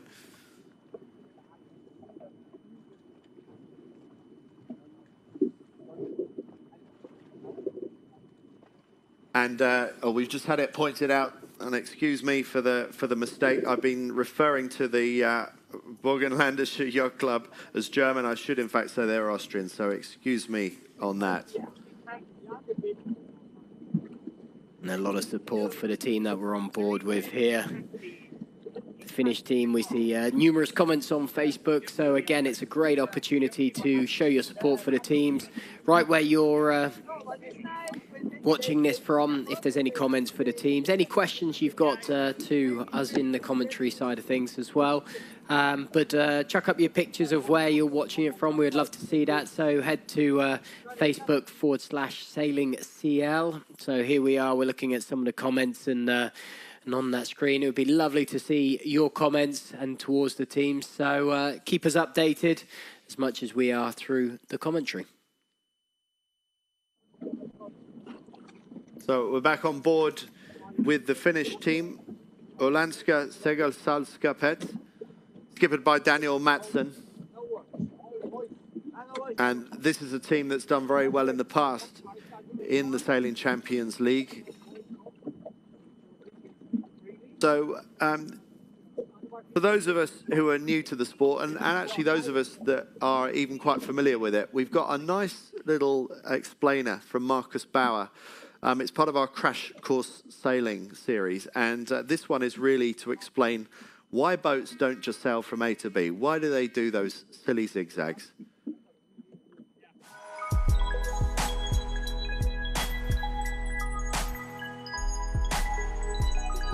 To understand an Olympic racetrack, you have to understand one basic fact about sailing. Boats can sail any direction apart from straight into the wind and about 45 degrees left and right of that. Boats need to use their momentum to tack through this sector and zigzag up against the wind. So why is it that all Olympic classes start straight against the wind? Wouldn't it be easier if boats would simply sail from A to B in a right angle to the wind without all that zigzagging? Yes, it would, but it would also leave out a lot of the strategy and tactics that make sailing so interesting. That is because sailboats, like race cars and cyclists, trail a wind shadow behind them. But unlike cyclists, sailors try to avoid that wind shadow like the plague, because it slows them down. If boats just raced from A to B in a straight line, whoever won the start. So sailors decided that's boring, let's instead start straight into the wind, opening the door for the intricate strategies and tactics that are often described as chess on water. Sailors are always trying to predict which is the better side of the course, which has more wind, less waves, and above all, favorable wind shifts. That's one of the cool things about sailing. Sailors can actually shorten their track by taking advantage of wind shifts.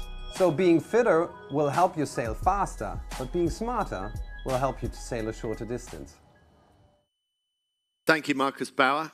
And I really enjoy those Crash Course Sailing series because it reminds me of how much we know Corky. We didn't think we knew anything, but well, actually, no, he explains it beautifully. It's a complicated sport to get across, but things like that, I think, really help us get a grip on how this complex sport does work. So we're waiting for the start of race one. This is the beginning of Flight 17, the penultimate flight here in Porto Cervo, hosted by Yacht Club Costa Smeralda.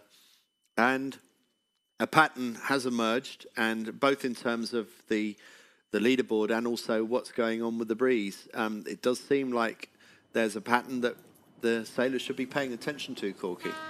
Well, we're just starting to see the breeze is still wanting to try and flick right now and again, but it's in such short bursts of it that taking advantage of that over across the whole course, it's just not giving you that long-term advantage. So this mid to left-hand side has to be protected, and that's where we're seeing these lead boats come from. Coming off towards the pin end, mid to pin end, and then taking that first shift, coming back across and approaching that windward mark, sort of in that top few boats on that port, or not on the port ley line, but just down from it. About 8.5 knots of breeze, and it is in this left phase, so we do have quite a hard pin end bias at the moment. Well, let's see if that pin end bias does convince people to fight for the left-hand end. It does look like there's more interest in the pin end this time round. Just 10 seconds to go, and it looks like boat number 7 is in a good position to secure this. And this is the French, who mucked up the previous start, Club de Voile Saint-Aubin-Elbeuf, but this time they absolutely nailed the pin end start, and that puts the French in a very strong position coming off this start line. With boat number 3, Yacht Club Bregenz from Austria, one of their chief rivals for the overall title, the Austrians being spat out the back, as you can already see there, and being forced to make an early tack out. So round 1 goes to the French on board Club de Voile Saint-Aubin-Elbeuf. And it's another Austrian team just up on their shoulder, Burgenländischer Yacht Club, who are their closest rivals right now. So can the Austrians hold on the French, and can it be the Austrians that dictate when these two boats tack over? We're on board here with Cedric Chateau, who's looking to tack, and he sees the Austrians tack, so now he is allowed to tack as well. So I would say in these early stages that things are looking very nice for the French, but also for the Austrians in boat number 1, the dark blue sail just behind boat number 7. Yeah, great start. Exactly where we've seen these lead boats coming from, that pin end. Again, the French team, Club d'Ivoire, Saint-Aubin and Leboeuf, having to just shoot the mark a little bit, but then they stayed within quite a high mode. It was interesting. They didn't drop the bow down. They stayed in that high mode, looking to close that gap and force those other boats out towards that right-hand side. And this is the controlling position. Even with those boats approaching from that right, they're going to struggle with this breeze. This breeze starting to track a little bit towards that right, but better breeze on this left-hand side, up to about 9 knots again. So we're sitting between 8 to 9 knots, but that breeze always just looking a little softer on that right-hand side.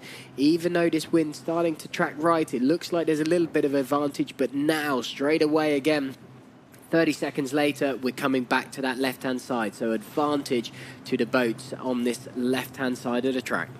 The purple boat on the right-hand side of our picture is Regatta Club Oberhofen from Switzerland. And will they be able to use the power of the left to get themselves back into contention? Because at the moment, that Swiss team are on the back foot. They are struggling to make up the ground after a poor start. As the leading boats get into the top third of this first beat, it still looks like there's a bit of a battle going on between the Austrians on board Burgenländische and just over their shoulder, the Club d'Ivoire Saint-Aubin. But we are on board with Burgenländische Yacht Club, so potentially these are the leaders. And when you see boat number 7 just at the back of picture, it looks like the Austrians are very much in control of this little match race going on, potentially in a strong position to be leading around. So yes, they are squeezing, but no, it's the French that have the ability to tack first. So the French just, I would say, holding on to the lead and are about to hoist their spinnaker just in front of the Austrian crew. And a very, very slick set by the French, followed by the Austrians. Pretty good set, but not quite as good as the leaders. And then a lot of congestion as we go around. The purple boat, boat number 6, having to just do a double luff there just to make sure that it doesn't foul boat number 8. And going round boat number 2, the red boat, is JK Aurora from Slovenia. Well, very interesting. Again, J70s, they're like any other boat. They like a bit of momentum once they pick up that pace. And we still see the crews being very aggressive with these turns and trying to actually really just change direction very hard.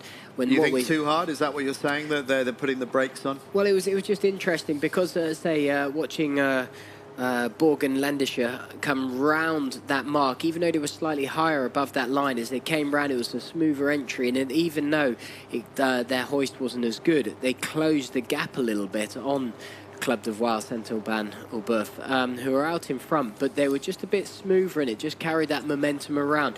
Certainly in the areas of a gate or a windward mark where you're bunching up, having that little bit of momentum, that gives you those extra meter and a half. They're not going to, you're certainly not going to carry on amounts of distance, but being able to give you that bit of breathing space. And again, with this breeze towards that left side, it's tracking a little bit towards the right, which is why we've seen Yacht Club Brigands and JK Aurora just taking that shift out. But again, very interesting that Yacht Club Brigands, they're really battling it out, and they've again taken that shift out early, but they are off the back of this lead group. And yes, so this is the first time we've seen anyone take early jibes down these runs, and so quite a brave move by Yacht Club Brigands in the yellow Jenica at the back of the picture. And I wonder if that really has done them any favours at all. It forces them off round the other mark, which we've tended to see as the disadvantaged mark, whilst the leaders all choose to go round the left-hand side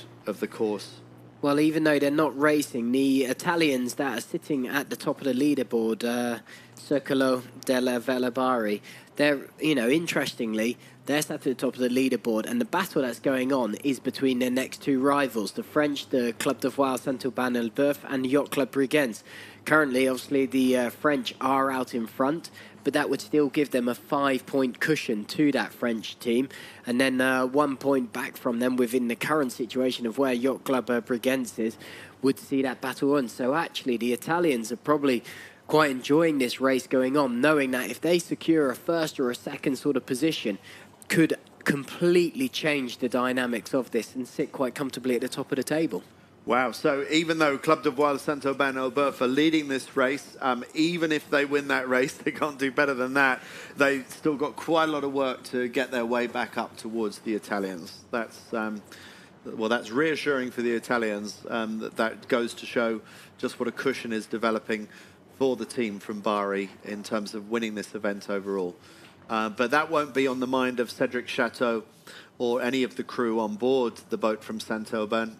All they're doing is living in the moment, making sure that they sail that boat as well as they possibly can. And the boat that they are most focused on right now is the second place team from Austria, Burgenländische Yacht Club, in the dark blue boat in the middle of our picture right now, with a Finnish crew from Orlenska Segelsällskapet in third. So you can see boats 1, 2, 3 ranged in a row. We're on board here with the Austrians, and you can see the race leaders in boat number 7 just on the right of our screen right now. So very similar picture to the one that we saw on the previous beat, except that this time the French have good clear air between themselves and the Austrians. Well, in this shot, again, just looks like the French have that little bit more height as well. They're climbing up out of there, just freeing that little bit of space, and that's coming into sort of having a look at where the breeze is. It's moved around towards that left-hand side, but now we're starting to see that breeze drop into this right face. Perfect timing for these guys now, tacking out onto starboard, looking for that right side of the face, and it's now instantly starting to track back towards that left-hand side. As soon as we see that breeze start to shift, they're in complete control of this. The question is, are they on that ley line, or have they gone that little bit further? If they are, then you can see the other two boats just sailing that additional distance. There's the marking shot. So nice and comfortable on this ley line. So it's all setting up very nicely for Club de Voile Saint-Aubin-Elbeuf. Some boats coming in on the port tack ley line. One of those is Hellerup Sail Club. What are they going to try and do here? Surely they're not going to think that they can get in there and get away with it. There's got to be a red flag going out here. There's the whistle. Let's see what flag goes up and who it gets pointed at. But surely, in second place, Hellerup Sail Club will not be allowed to keep that. No, the Danes have been forced to take a penalty turn, and it was the red mist descending, and what an expensive mistake that will have proved to be. They will have dropped from second, although it wasn't ever really a second place. It was a very cheeky second place for about 2 or 3 seconds. So very short-lived glory as they find themselves dropping back to 6th place, from second to 6th place after that single penalty. And it all plays into the hands of the leaders of this race. There's the whistle of another. You can hear the whistle in the background. So what else is being applied? Just trying to look back at who else might have picked up a penalty, where it is, what's going on. The drone spinning around to have a look back. And someone is trying to do a penalty with their Jenica fully hoisted. I just wonder, why does anyone think that that's going to be a good way to do a penalty? Well, but again, have they got away with it? Maybe again, it's Hellerup Sail Club again. And so whether they hadn't taken that initial penalty and the umpire was just clearly identifying it again, but they certainly look like they've either picked up another penalty or this is still the existing penalty that they haven't done. But in all fairness, they've made a right hash of that at the moment. They certainly have. I mean, it's so easy to say from the commentary box with the overhead, seagull shot that we've got here. So I don't want to judge them too harshly, because we all make these mistakes when we're in the thick of it. But I mean, seriously, how did they ever think that they were going to get away with that port tack coming in on the ley line? And secondly, when you got a penalty, just as the helm, wait for the crew to get the kite down. Don't think that you can turn one of these boats around 360 degrees with the Jenica up. Well, even if you somehow manage it, you can do it in a slightly stronger breeze, but you get a bit of momentum. But the chances of getting a wrap in that kite are just so high, and that if you end up with a wrap and you end up, doing it all over the tone, and we sit there joking about this, but actually way out in front, Club de Voile Saint-Aubin-Elbeuf taking a win. But what a race, coming in right to the finish line here.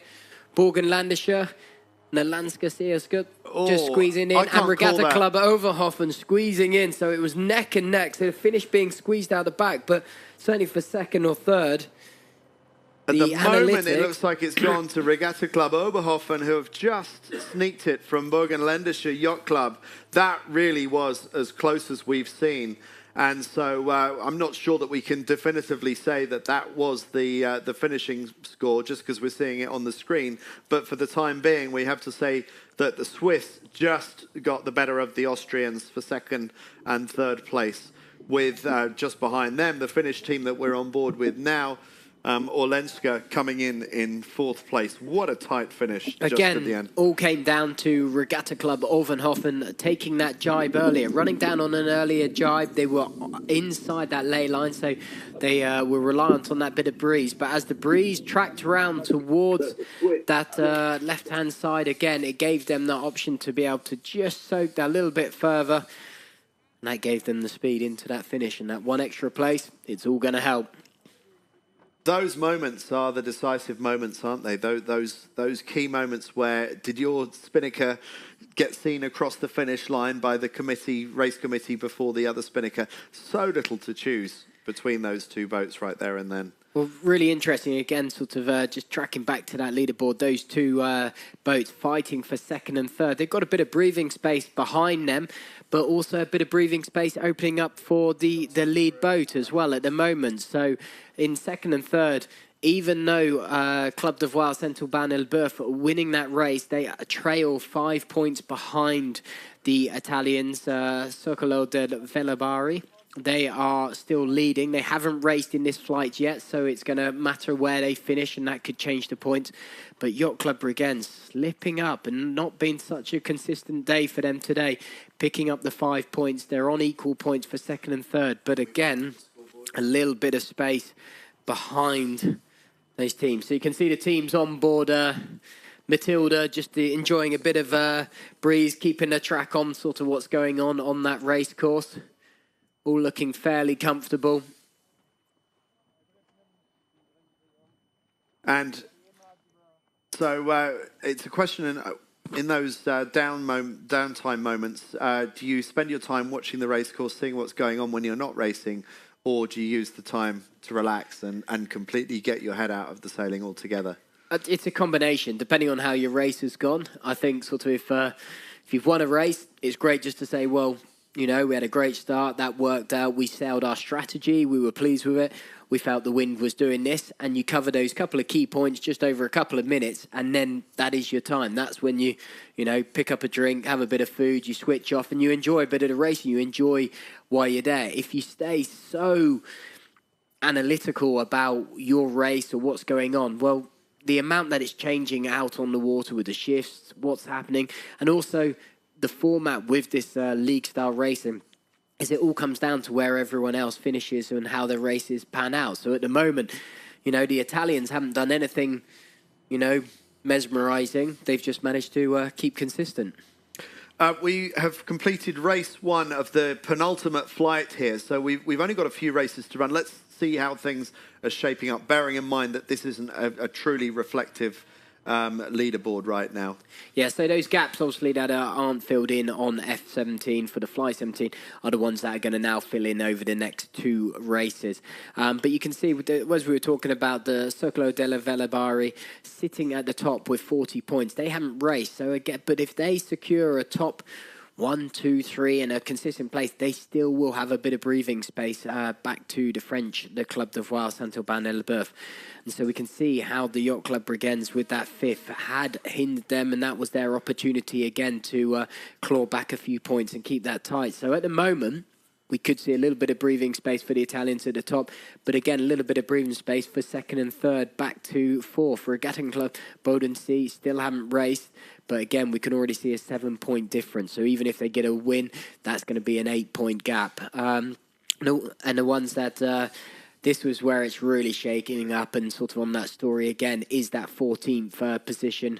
Yacht Club Scheveningen down with 70 points, but look, just 1 point in front, 69 points, APCC Nantes, and that is the deciding factor. So there's still space for those boats to radically change. Cape Crow Yacht Club with their win, just giving themselves a couple of points at the front, but still, that qualification place is all still to fight for. So we have 1.5 minutes to the start of race 2 in flight 17. And the umpires are just getting together as they always do, just sharing thoughts and ideas from what happened previously. And a bit of collision. I wonder who calls the umpires when the two umpires have collisions on their ribs? Who gives them a penalty turn? I think it's all sorted in the bar later on, isn't it? And it's sort of an apology, but seems very keen that he's realised he's got to be somewhere, so now might whiz over to the start line, get all set back up. So the umpires do an amazing job. So they run, we've got 6 ribs out on there so they can keep in track of the flights with an umpire on each. Obviously in different classes, they run 2 umpires in a boat, so it allows them to talk through the situations.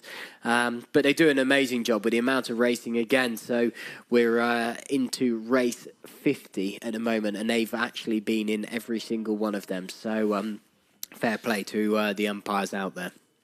So that was the signal for the 1 minute. So just 50 seconds now, and not much of a pattern yet. There's a few boats look like they're holding out for the committee boat end of the line. Interesting, though, 3 boats over towards that pin end. This is the first time we've seen actually boats approaching from a port approach and wanting to favour that. They will probably sail right into the fleet and tack underneath them without having to give anything too much away from that port end. But interesting, there's different approaches coming in play now.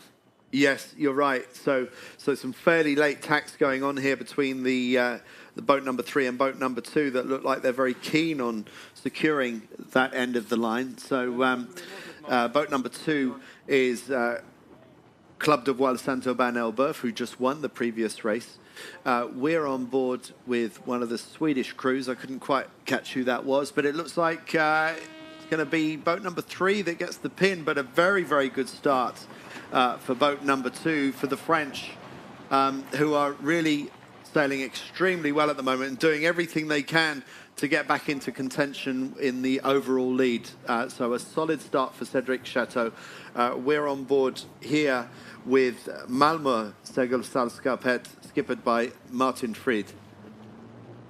Yeah, so a great, again, the best starts coming off from this pin end again. The breeze, even though it's tracking around a little bit, it's still just staying in more this left side of her left face. But yeah, a hard position here for looking at boat number 3. On this left-hand side is Yacht Club at Scheveningen. They are struggling down on this early lane when they go for a tack out. The problem is with this position, they'll tack if they want to duck someone. It's easy for these boats on these short courses just to tack with them. So they're going to have to tack quite late out. So there's the tack. Question will be how many boats are going to go with them or how many boats have gone in front of them. So Regatta Club Bodensee taking that tack early. They might have to go for one duck here just behind the Swedish. So playing nicely into the hands of boat number 2, closest to picture Club de Voile Saint-Aubin, who already look in a strong commanding position with the purple boat next over on the right-hand side of the French, being Malmö from Sweden. Oh, sorry, I'm Cecolo della Velabari. I've been misreading the boat number 2. It's actually the Italians that are leading overall, so apologies for that. It's the Italians that are already the overall series leaders that have put themselves in a strong position. Well, and as I say, with exactly what they wanted to do, come off out of the blocks, absolutely firing. They need a solid result. This is their time to really capitalise on the mistakes that have been made in the other races from the other teams. And so if they do this and the points sit in this position, they will quite comfortably have a 4-point gap going into that final flight, which is going to be some margin considering the level of the sailors and the consistency we've seen. It by no means that's a write-off and it's all done and dusted, but it certainly gives them a comfortable buffer. And it just seems to be getting better and better for the Italians right now. They are very tight up on that ley line, as you can see on the graphic there. But the breeze, as it has done for most of the day, seems to be very strong on that left-hand side, both in terms of direction and wind strength. And the boats coming in on the starboard side of the race course really are no threat whatsoever to the leaders. It's not to say that there won't be some shenanigans going on further back in the fleet, but a very easy first beat for the Italians, having won that pin end of the start. We're on board with Malmo in the thick of it. The Italians, already with their Jenica up, have managed to stay clear of the melee, but there are probably going to be penalties coming out of the centre part of this race course. Looks like everyone has more or less managed to stay clean on each other, but a lot of traffic and a lot of bad air being put onto each other in the middle of this pack right now. You can see how congested it gets when the boats are so tight together and going round this windward mark, how much they bunch up. These short course racing, that's exactly where it's at, and you can see why one mistake or one slip up on the start or a penalty can just shuffle you to the back of this fleet, and then it's a long way through that fleet to get to that clear air that these guys have out in front. Della Velabari, very comfortable, a little bit of breathing space as well, exactly where they need to be. With the Swedish and the Swiss breathing down their neck, they cannot be complacent. This breeze, again, when we got towards that top part of the race course, moving around towards that left-hand side, advantage to the left, and that's where the gain's coming in. Just tracking slightly to the right, which is why we've seen a couple of boats jibe off and try and make use of that. Yacht Club Monaco and Yacht Club Scheveningen. Yeah, I think it's GVK Plateau was maybe the other boat, or is it Yacht Club Monaco that went into the middle? Sorry, it was, you're right. I'm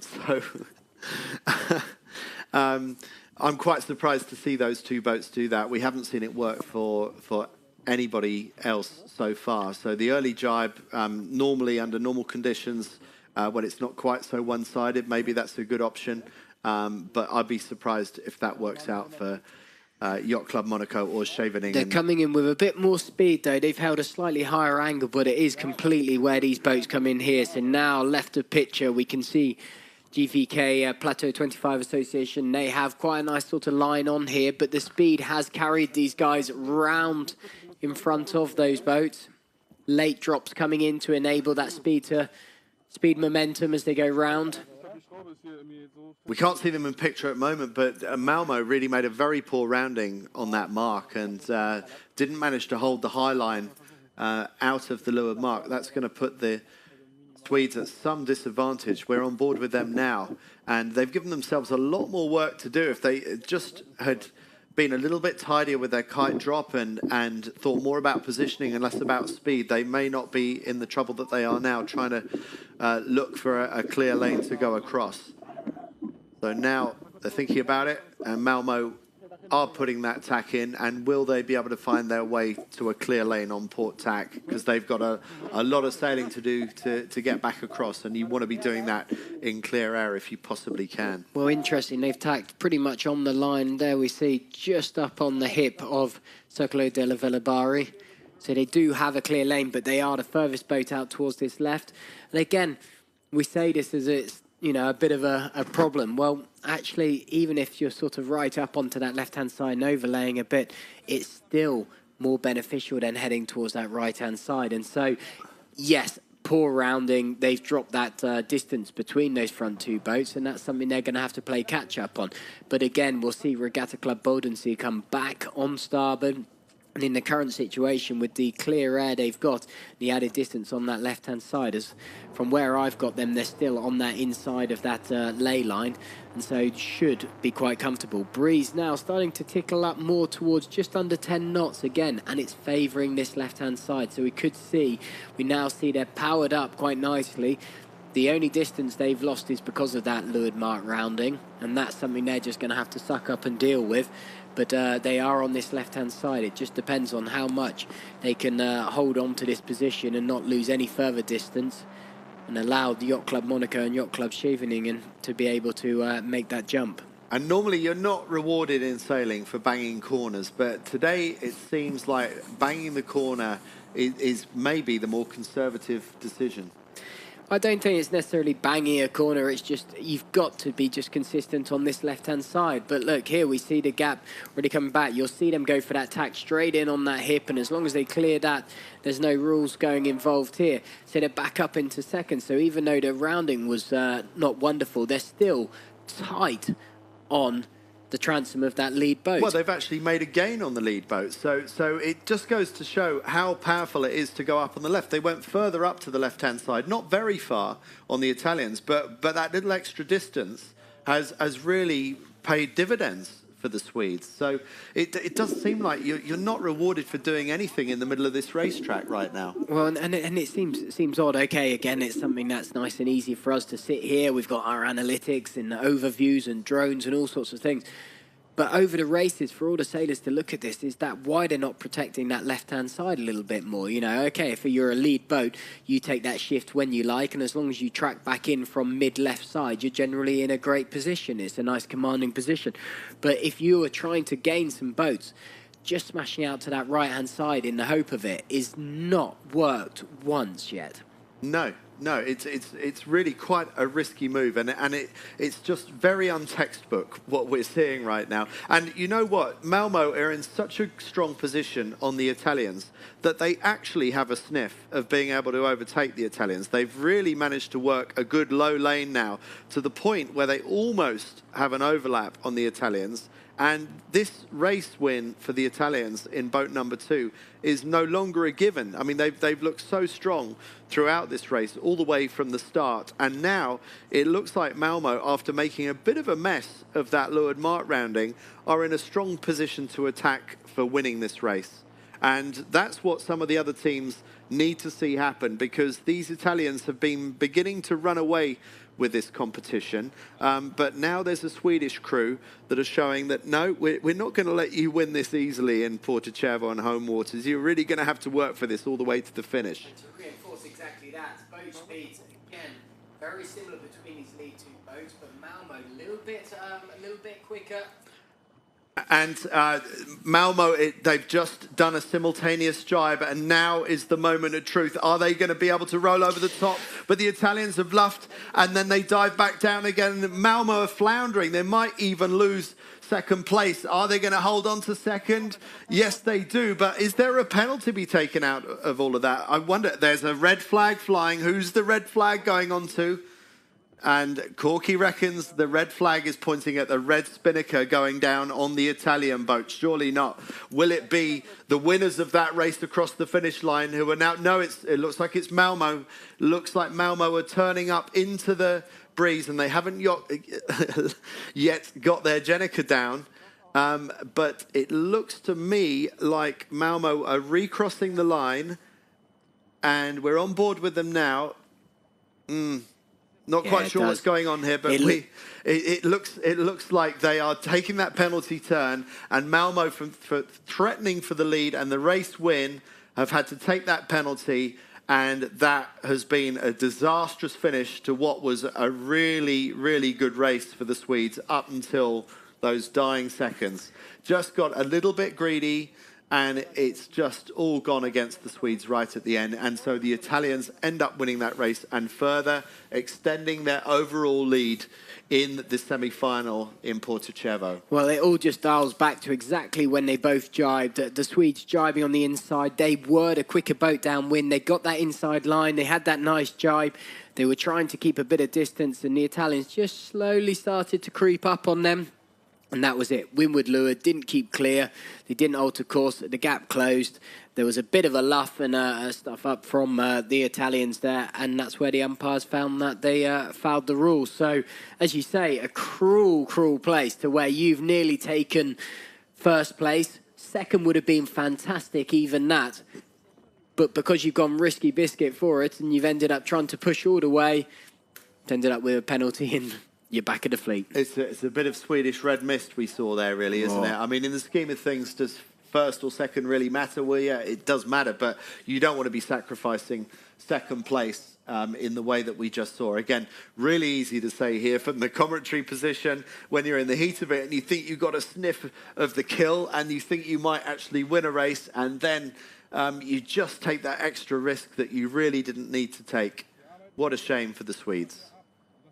Well, again, that leaderboard now with that little bit of breathing space at the top, but all still to pull up. We're going to try and we got, again, still one more race to complete flight 17.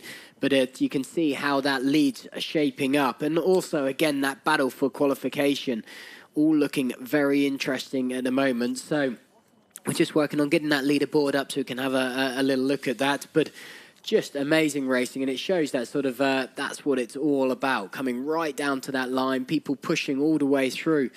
And it is down to that consistency, not making those mistakes, not picking up those penalties. We've got one more race in this flight and then a final flight, flight 18, which will be the decider. And again, it's easy to say, well, you know, the Italians are running away with it. But actually, with no discards, it's very easy to pick up just one bad race, be too early on the start, pick up a penalty, and suddenly pick up 7 or 8 points, and that could just change the leaderboard completely. So let's have a look at that leaderboard after Italy win the race that we just saw in such extraordinary circumstances.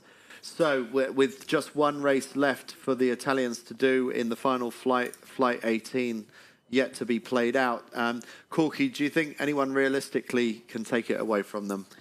Well, again, there's always an outside chance that they overdo the line, have to return, pick up a penalty, and, you know, there's not 4 points, okay? The next race, 5 points, even if they get it first. But again, that's seeing them pretty much towards the back of the fleet, and we've not really seen that. Looking at their points across there, we've seen a 5th, we've seen a 4th, but consistently we've seen them very, very solid throughout these few days, and I'd be surprised they would be willing to throw that away. They know they've just got to get off that start line cleanly, and as long as they stay within that top 3-4 boats, then they're happy days. Let's have a look at the second part of the leaderboard and see who's on the cusp of going through for a spot in St. Moritz for the finals later on this summer. So 14 is the magic number, so APCC Nantes from France, just sitting on the right side of that cutoff and just at the start of the drop zone, not quite making it right now, are the Dutch team of WSV Heesbeek. And on similar points, on the same points, in fact, of 77, are the Austrians, Borgenländische Yacht Club. So some crucial races coming up for the Dutch and the Austrians if they're going to have a chance of going through. And Malmo Segelsalskapet, the boat that we saw just then, they got 8 points from that last race. They could have got 2 points if they'd just been a bit less greedy. And they also would still be in with a decent chance of going through. So that right there for Malmo might be the point where they just missed out on a spot for the finals in St. Moritz. So we're on board with one of the German teams, Wassersportverein Hemelingen, skippered by Jan Ziekamp. Okay, so again, while we're here in the commentary booth, we use the SAP Sailing Analytics, and it allows us to really delve down into the details of what's going on the race course, the individuals, but again, the leaderboard, and likewise, it's accessible for all of you at home, anywhere when you're out and about. So head to sapsailing.com. Of course, we are looking at the Sailing Champions League, the semi-final one. So click onto that link and you'll instantly be brought to this homepage here. We have 4 tabs just underneath the title: the overview, the races, the leaderboard, and competitor analytics. And so you can see just below that, it says live now. F18, which is flight 18 at race 3, is going to get underway very shortly. But if you'd like just to track down the leaderboard, across onto that 3rd tab and click the leaderboard. Instantly you can see all of the results, all the teams, but one focus point is this red button. If your button's not glowing red, it just means it's not on the auto update. So that's a little symbol there. If you just click it and it glows red, you'll instantly see the boat numbers in the race that are red are instantly automatically updating as that race goes on. So as a person moves from 5th to 4th in a race, that will change the points straight away and your leaderboard will be live and updated. So you can see there's the red final column there still means it's live and it's updated. And so once we're into that race, it will be into that. The second tab, just going across the races, you can see we're nearly underway with the next race. So if you just click the Watch Live button, it will load up your race course with the next section, and we are straight into what we can see with the racing and the boat over towards the left-hand side. And so, as you can see from the countdown, we've got just over 1 minute to the start. So let's go straight in and join race 3 in flight 17. 55 seconds to go. And we have definitely seen what works and what doesn't work on this race course. Much more of a pattern today than what we saw yesterday, where we saw much more of an open race course. This surely has to be about winning the left and protecting the left-hand side of this race course. 33 seconds to go, and still no one that close to the pin end, the red mark at the bottom of our screen, but still plenty of time in this good breeze for the boats to accelerate towards that. At the moment, I think, I can't tell for sure, but I think it's boat number 4, is it, that's closest to the pin end? Well, again, really surprising. Well, actually, no surprise. The breeze around towards this left-hand side. We can see how tight, actually, these boats are already up on the wind, trying to squeeze for that line. The gun goes there, and we're still, boats are at full speed, trying to get over this line. There's a little bit of a drag down to it, but you can see how much this left-hand side is favoured. They've squeezed up and shot the mark there, trying to get over, so... It's the Italians... Società Canottieri Garda Salo from Lake Garda, who got the pin end, but a very strong start just on their hip from RS280 in boat 7. And one boat going out to the far right-hand side all by itself is Wassersportverein Hemelingen. So the Germans really pushing out on their own and looking for something on the right-hand side. Will they be able to buck the trend and prove that the right has something to offer after the left has really been the strong card so far today? A lot of slop, a lot of chop, and it seems like the breeze is a little bit lighter, so harder to keep on the boat speed than it has been in previous races. Nice tack there by the yellow-sailed boat, sailed by the Italians from Lake Garda, who are looking in a pretty strong position now on port tack.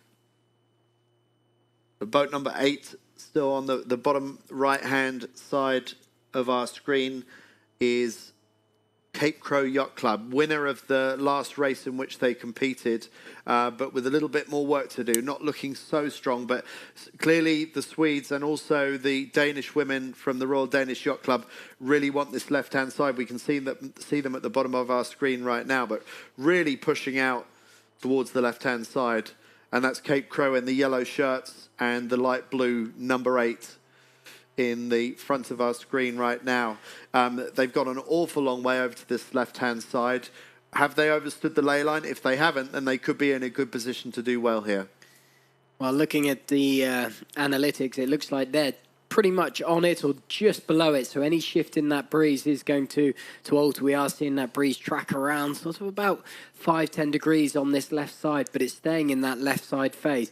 So it'll be really interesting to see when the German team far out on that right side in the distance of this picture, when they tack and start to come back across, how they actually stack up against these boats towards that left-hand side. So we've always talked about protecting that mid to left. These guys were quite a long way back, Cape Crow Yacht Club. Not a great start, and you can see them sort of clearly back from all the transoms, but are staying on this favoured left-hand side. The breeze back up to them about 9.5 knots. So we'll see how they come in on this mark and whether they make these gains into it. But they're not far off the back with the distance they've got. I'm surprised they went as far as they did, because they didn't need to go as far as they did to keep their air clear. So Cape Crow gone a lot further over to the left than tactically they needed to. So the Swedes clearly like the left, and it forced the Danes, who we haven't even seen in picture recently, to go even further over to the left to maintain clear air coming back across on the ley line towards the top mark. But the Swedes and the Danes at the bottom of our picture are playing a risky game, especially when you consider that they're going to be port-tack boat against the starboard tackers coming in at the top of the course on the two converging ley lines. And now the question for the Italians is, have they done enough to get ahead of Wassersportverein Heimelingen, who so bravely went on their own out towards the right-hand side? And you know what? It's not done the Germans too badly at all. They're pretty much neck and neck with the Italians, and that's the first time we've seen a boat come in from the right-hand side and do so well, to the point where the Germans almost look like they have the opportunity to roll over the top of the Italians. Now it's a question of who can get the better spinnaker hoist. Will it be the Italians doing the harder turn, or the Germans doing the smoother, wider turn? Who will get the Gennaker up and running? It looks like the Italians have just got away with it, but the sails are a bit soft. Now there's an opportunity for the Germans to roll over the top and take the air of the Italians. So absolute neck and neck fight for the race lead. No clear leader right now. A lot of traffic in the middle of the picture, and you know what, the top two have not made the best course down towards the bottom of the run. There's an opportunity for WSV Giesbeek in third place for the Dutch to start attacking the inside line of the front two. So it's almost turning into a three-way battle for the lead right now. And you can see that beautifully portrayed in this shot that we see from on board one of the lead boats from the German boat Wassersportverein Heimelingen. And from this angle, it looks like a nice position for the Germans, but the reality is that the Germans have a long way to sail round the outside. But as I say that, the Italians have really fallen into the bad air of Germany, and Germany at the moment is in the box seat. Still with a lot of work to do, but that's definitely round one to the Germans in terms of that particular fight between Germany and Italy. Yeah, and very much so. It's actually then put them into a tricky position, because you look at WSV Giesbeek sort of tucking in on that inside. Again, they're in a nice commanding position of there's no option for the Italians to jibe out either, and depending on how soft they go on this run on the way down, at the moment it's all looking pretty similar across that race course. They're staying on this left part of the course, but soon they'll look to start to go for these jibes. You can see the German team constantly looking back, looking at where that mark is, wanting to get that jibe in early. You'll see a fairly simultaneous jibing pattern all go across and try and cover each other. But this could see the disadvantage be really struggle from the Italians, because you can see they're being squeezed by WSV Giesbeek. There is no way. The Germans will potentially try and get a jibe out. You can see the arm going back on a call. Now they want to go it. Will they clear it back? Now the Italians had to change their plan, change their tactics, go for that high bit. They'll go for an aggressive jibe here that will punch in behind, where the German team right on the hinder there, so we can see where the gate is. And guess who's going to come out top on this, because they've got two blinkered. A massive connection from WSV Giesbeek. There's the nice jibe, but they're the ones that are going to capitalise on that silly blinkered move from those guys there. Down comes the kite. They will lead round this gate. So what a giveaway by the top two boats, and what a gift for WSV Giesbeek. The Dutch now moving into the lead. Very, very tight handbrake turn by the Italians, who move up into second. And the big losers out of that whole rounding are Heimelingen from Germany, who have now pushed round the outside. And now there's another boat that moves up on the inside of them. Is it the Royal Danish Yacht Club? They can't get their spinnaker down. What a shame for the boat number 4, still trying to get their spinnaker down. They got such a good rounding, but that spinnaker, that late drop, has not helped them out. So there's a bit of a restart for some of these boats, but what a great manoeuvre there by WSV Giesbeek.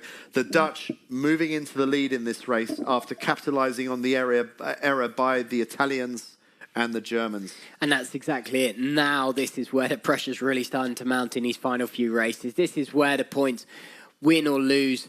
We know that WSV Giesbeek, we see, are battling it out for trying to squeeze themselves into that 14th spot. They are just outside that spot at the moment, so they need a race win. They need to secure these top points.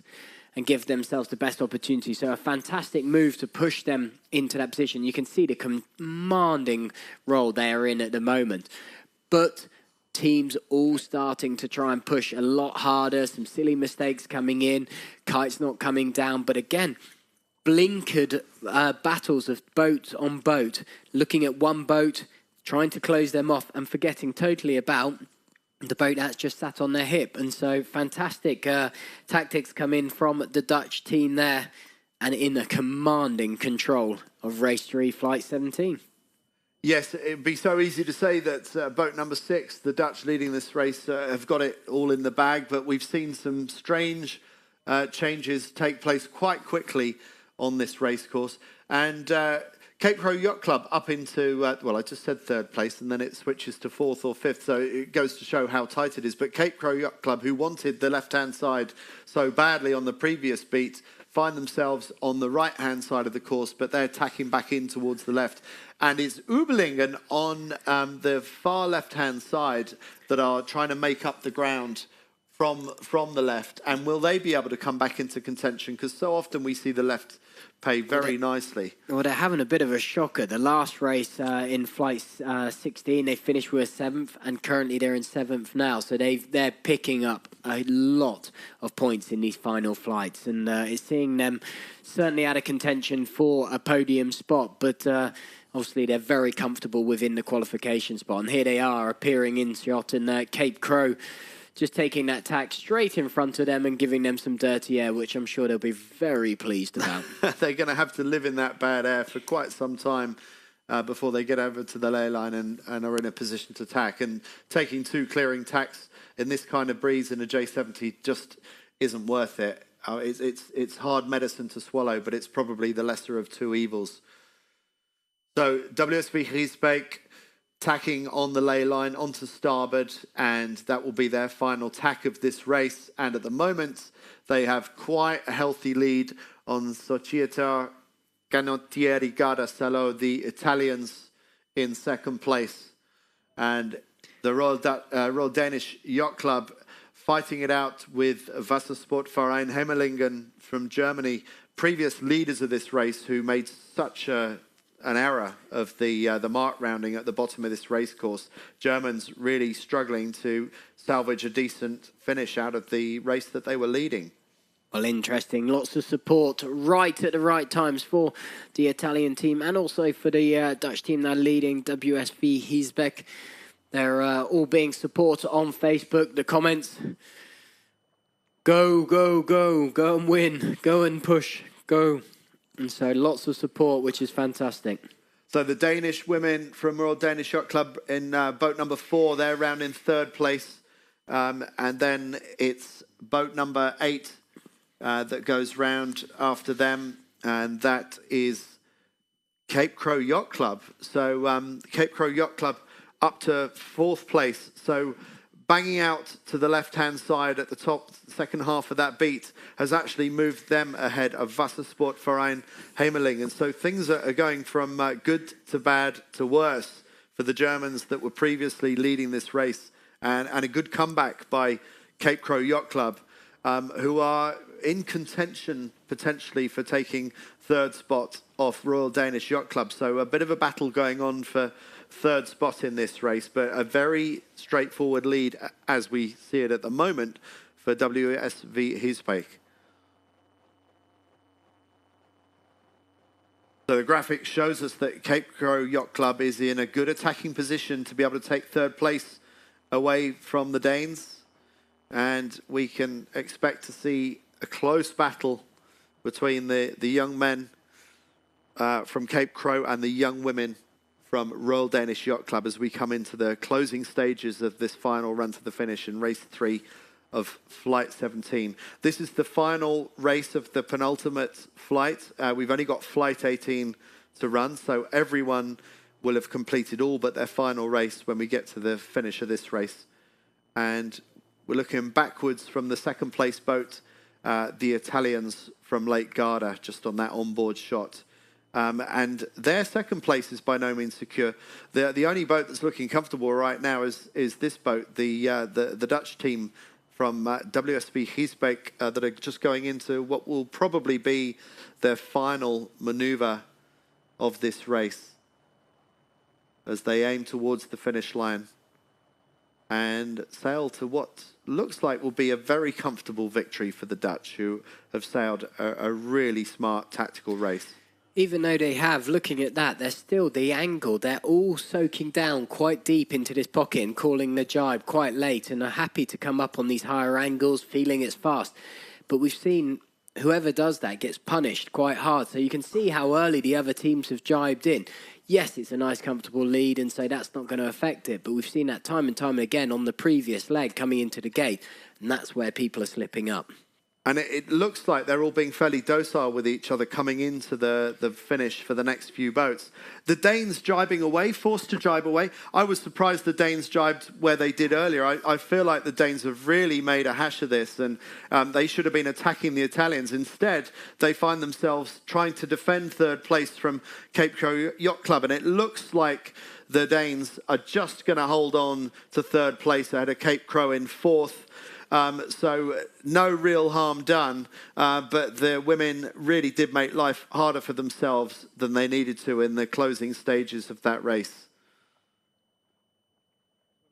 So a very, very good race win for WSV Giesbeek.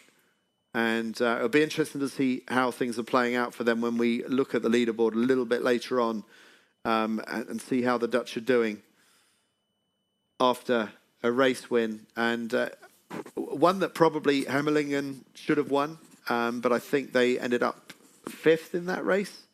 So a bit of a giveaway by the Germans in that race, who should have been able to, if not hang on to that race win, at least get a top three out of it.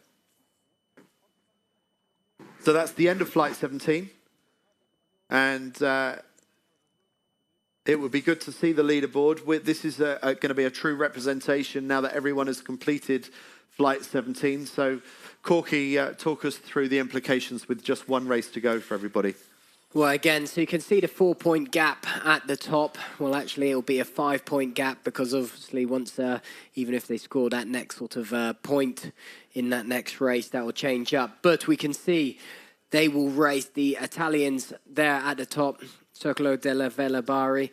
They are in the second race of the next flight, so it won't be over until sort of that point, and depending on how they finish up, people that could still change it up, of course, are the French Club de Voile Saint-Aubin Elbeuf and Yacht Club Brigands, neck and neck on points, and the points aren't big enough that we could see all of that podium positions change over these next few. But so those top three are locked in. It's just a matter of what order that they finish in now. So, exactly that. So that in some sense takes the pressure off, because you know you're going to be standing on the podium. It's now a matter of which step of that podium are you going to take.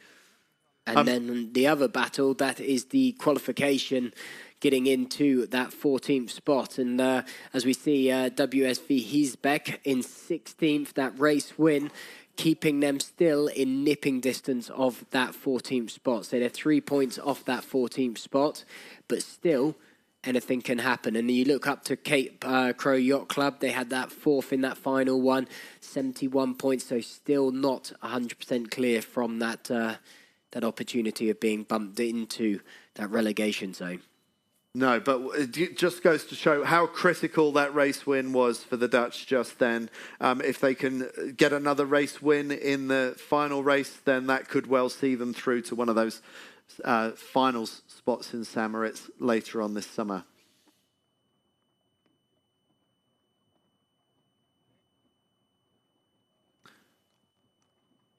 So, with just one flight to go, people have got to keep their game faces on.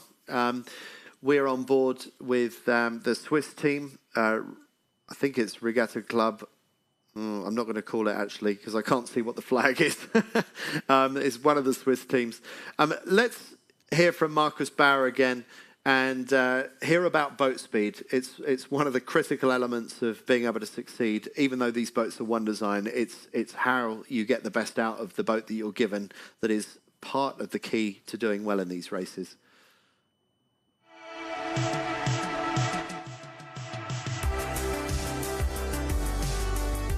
Sailors win with better tactics or with better boat speed. Ideally you have both, but boat speed is a more controllable part. So what makes a boat go fast? There are three things that are crucial: maximizing drive, minimizing drag, and doing what birds do. Let's go through them one by one. Sailors try to maximize drive by constantly reshaping their sails. They do that by pulling various strings, which is similar to tuning an instrument. Just like a well-tuned instrument sounds right, a well-tuned boat creates the maximum drive forward. Secondly, sailors also try to minimize drag.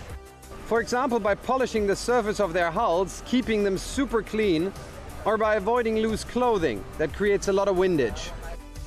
The third way to go faster is to flap the sails like a bird flaps its wings. A boat is really just like a bird, except that only one wing sticks in the air and the other one dips in the water. But when sailors and windsurfers flap their sails, they use the same aerodynamic effects that make birds take off. Sailors know various techniques with different names like pumping, rocking, or ooching, but they all come down to the same principle: propelling the boat through muscle power. But some of these techniques are illegal, and sailors need to be very careful not to overdo the bird-like flapping, else they can get penalized or even disqualified because judges keep a close eye on what's legal and what is not. But remember, a sailor has to do all of that while plotting the optimal course through shifting winds and currents. That's what makes sailing so difficult.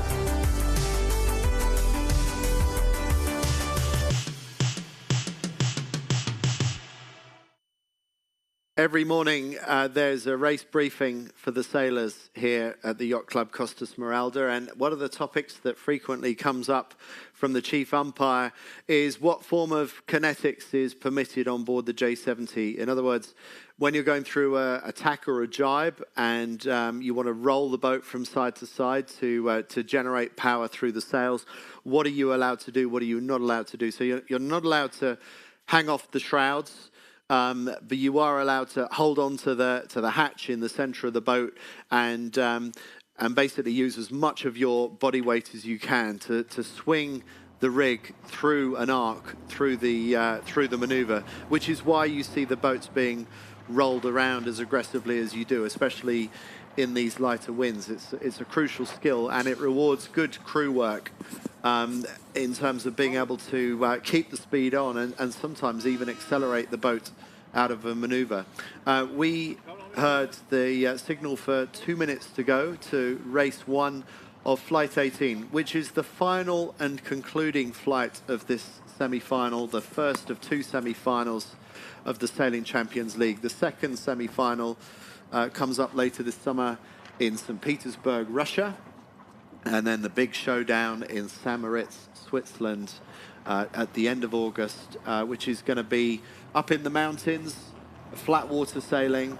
I mean, we see the lump here from time to time, and the chop actually has an effect on the racing here from time to time. So that's slightly different to what they'll experience in St. Moritz. We're on board with the Swiss team at the moment with just 1 minute 10 to go. And interesting, in this race of this final flight, some of the teams are looking to try and get themselves in for that qualification space.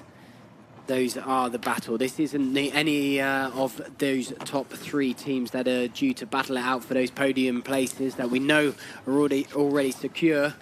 But what order, we don't know. But this race, we have many of the contenders looking for that qualification space. So very important for many of the teams out in the water now. Breeze still round towards that left-hand side, starting to stabilize a little bit more.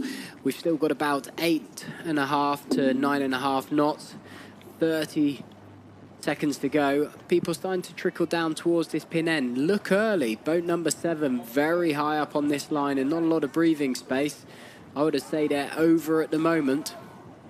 I'd agree with that. And will they be able to get over the top of boat number 2 and hold on to this? There's 10 seconds of time to burn off, and RS280, that boat number 7, is going to have to jibe round and start on port tack underneath the fleet, and very, very close on the line for some of the others. But it looks like it's going to be a good start for boat number 6, Regatta Club Oberhofen from Switzerland, getting a very good start off the pin end, but some horrible sloppy starts for boats number 2 and 3, which are Yacht Club Scheveningen in boat number 2, and it's Società Canottieri Garda Salo, who sailed so well in the previous race, but have also had a bit of a sloppy start, now find themselves forced to go out on port tack. 4 going out at the bottom of our screen on starboard tack, out to the favoured left-hand side, 4 being forced out to the right-hand side where there's tended to be less breeze. So provided that boat number 6 can safely tack across the front of the other boats going out to the same side of the course, it's looking very good for Alan Stettler and Regatta Club Oberhofen that we see here. And a great shot. The yellow T-shirts in the background of Cape Crow Yacht Club. They were a couple of boats up and just on the hip, obviously a little bit further back, but there we see rolling over the top, now taking that tap out slightly earlier. They are obviously looking for the best possible result they can get to give them every opportunity of getting themselves into that top 14 qualification spaces. So a great start, nice place to tack out. We can see boat number 1 that's just tacked off behind them, floundering a little bit because they were really closed out. So a good position to take that tack out early. The question will be how they stack up as they come back in towards this top mark. We'll see this boat go for attack soon. There we go. Regatta Club Oberhofen taking that tack now. The crew up onto that side, legs over the other. Power comes back down. 9 knots of breeze up on this left side. They carried on a lot longer than they needed to, did Regatta Club Oberhofen. They really, really like this left-hand side, so they've really put all their eggs in one basket. And now the question for Alan Stettler and his crew is, was it really worth sailing all that way over to the left-hand side? Well, based on the history of what we've seen so far today, I would say yes. I would say it's probably a risk worth taking. But tactically, it's left them a little bit exposed, being so far out to the left of the fleet. Yeah, as you say, it's not really sort of, it's a commanding position, but you would have, from a tactical side of things, he's gone slightly earlier and just shadowed that fleet across. It means that you're probably slightly closer to the fleet and the actual gain isn't as big, but you're in a commanding, controlling position, and that's what it's all about in these races, is controlling that. But we have seen that left-hand side being so dominant, and that's exactly what we're seeing now. That breeze starting to move back towards that left-hand side, and so the advantage going to Regatta Club Oberhofen. So even though they've taken that step away tactically and not been in that sort of closer situation, they've got a nice bit of breathing space and are in control here. So maybe the biggest threat to them is the boat on the far side of the picture, Società Canottieri Garda Salo, the Italians who decided to go out to the right-hand side of the racecourse. Will they be able to get anything out of the right-hand side? We've seen it happen occasionally, and the Italians look like they're doing okay, but I think it's going to be the Swiss that will lead round this windward mark after securing that pin-end start that seems to be so crucial to success today. Currently where Cape Crow Yacht Club are, which are nearest in picture, boat number 8 with those bright yellow tops, they need this good race. If they can stay in the top 4 positions, that's holding them into 12th, 13th spot, which is just on that inside of that 14th qualification spot. So they need that. But these boats coming in from the right-hand side will look like they're closing the gap, and that could add up some points. So let's see. This is the final race. This is where tension's running high. How many people are going to punch through and try and get into these gaps that might not exist? So here we see those boats go in.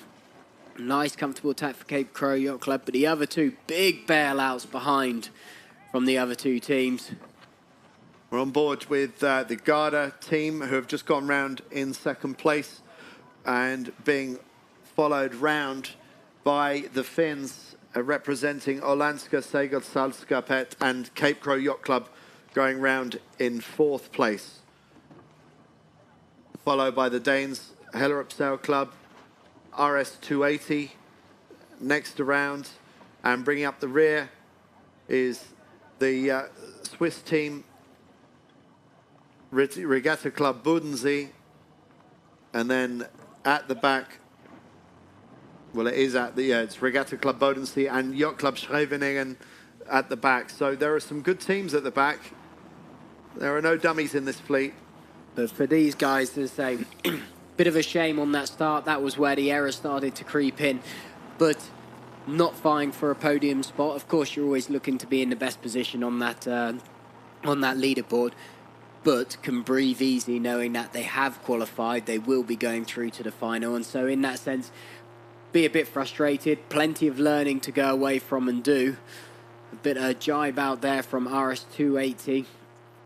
But we can see that actually, in terms, they'll all be quite relaxed because they're sitting in on the leaderboard, in and around. We can see we pick up Regatta Club Bodensee in about 5th spot, so they are still holding on into the top 5, and Regatta Club Oberhofen in around 7th. So 2 good results, solid qualification spots, but a little bit disappointed to finish on the final race with where they are currently. Simultaneous jibes by the 2 front runners, the Swiss and the Italians. Good enough jibe by Regatta Club Oberhofen to be able to be comfortably in the lead. Now, we've seen a lot of place changing at the bottom mark, and a lot of it seems to be down to a lack of preparation and maybe leaving things a little bit too late.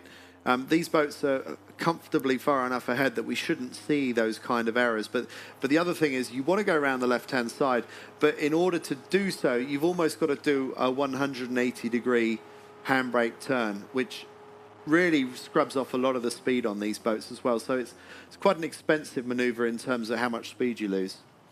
Yeah, very much so. As I say, sort of, if you imagine, it's just exactly how you said, a handbrake turn. You're turning the boat through such direction, and also the sail trim's got to be the same. But a very nice, comfortable rounding from the guys there. Kite down, all settled, crew members just sorting those final bits out. But a great rounding from Regatta Club Oberhofen.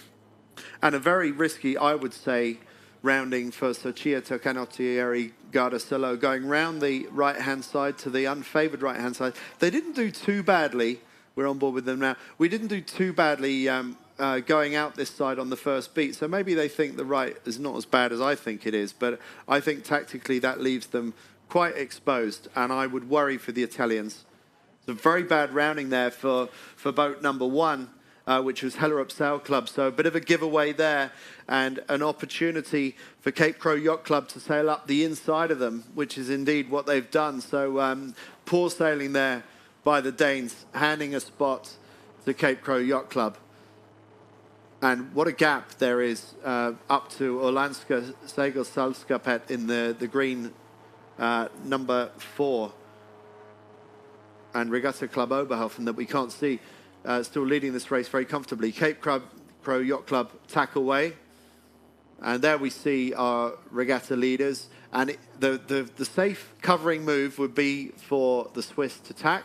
But no, the Swiss think the greater threat is in tacking away early and not making the most of the power of the left-hand side. So we've got the Swiss gambling on the left and we've got the Italians gambling on the right. Well, I'm going to put my money on the roulette table with the Swiss. I think the Italians are taking the greater risk right now. Yeah, very much so. This breeze over towards this left-hand side, staying in track.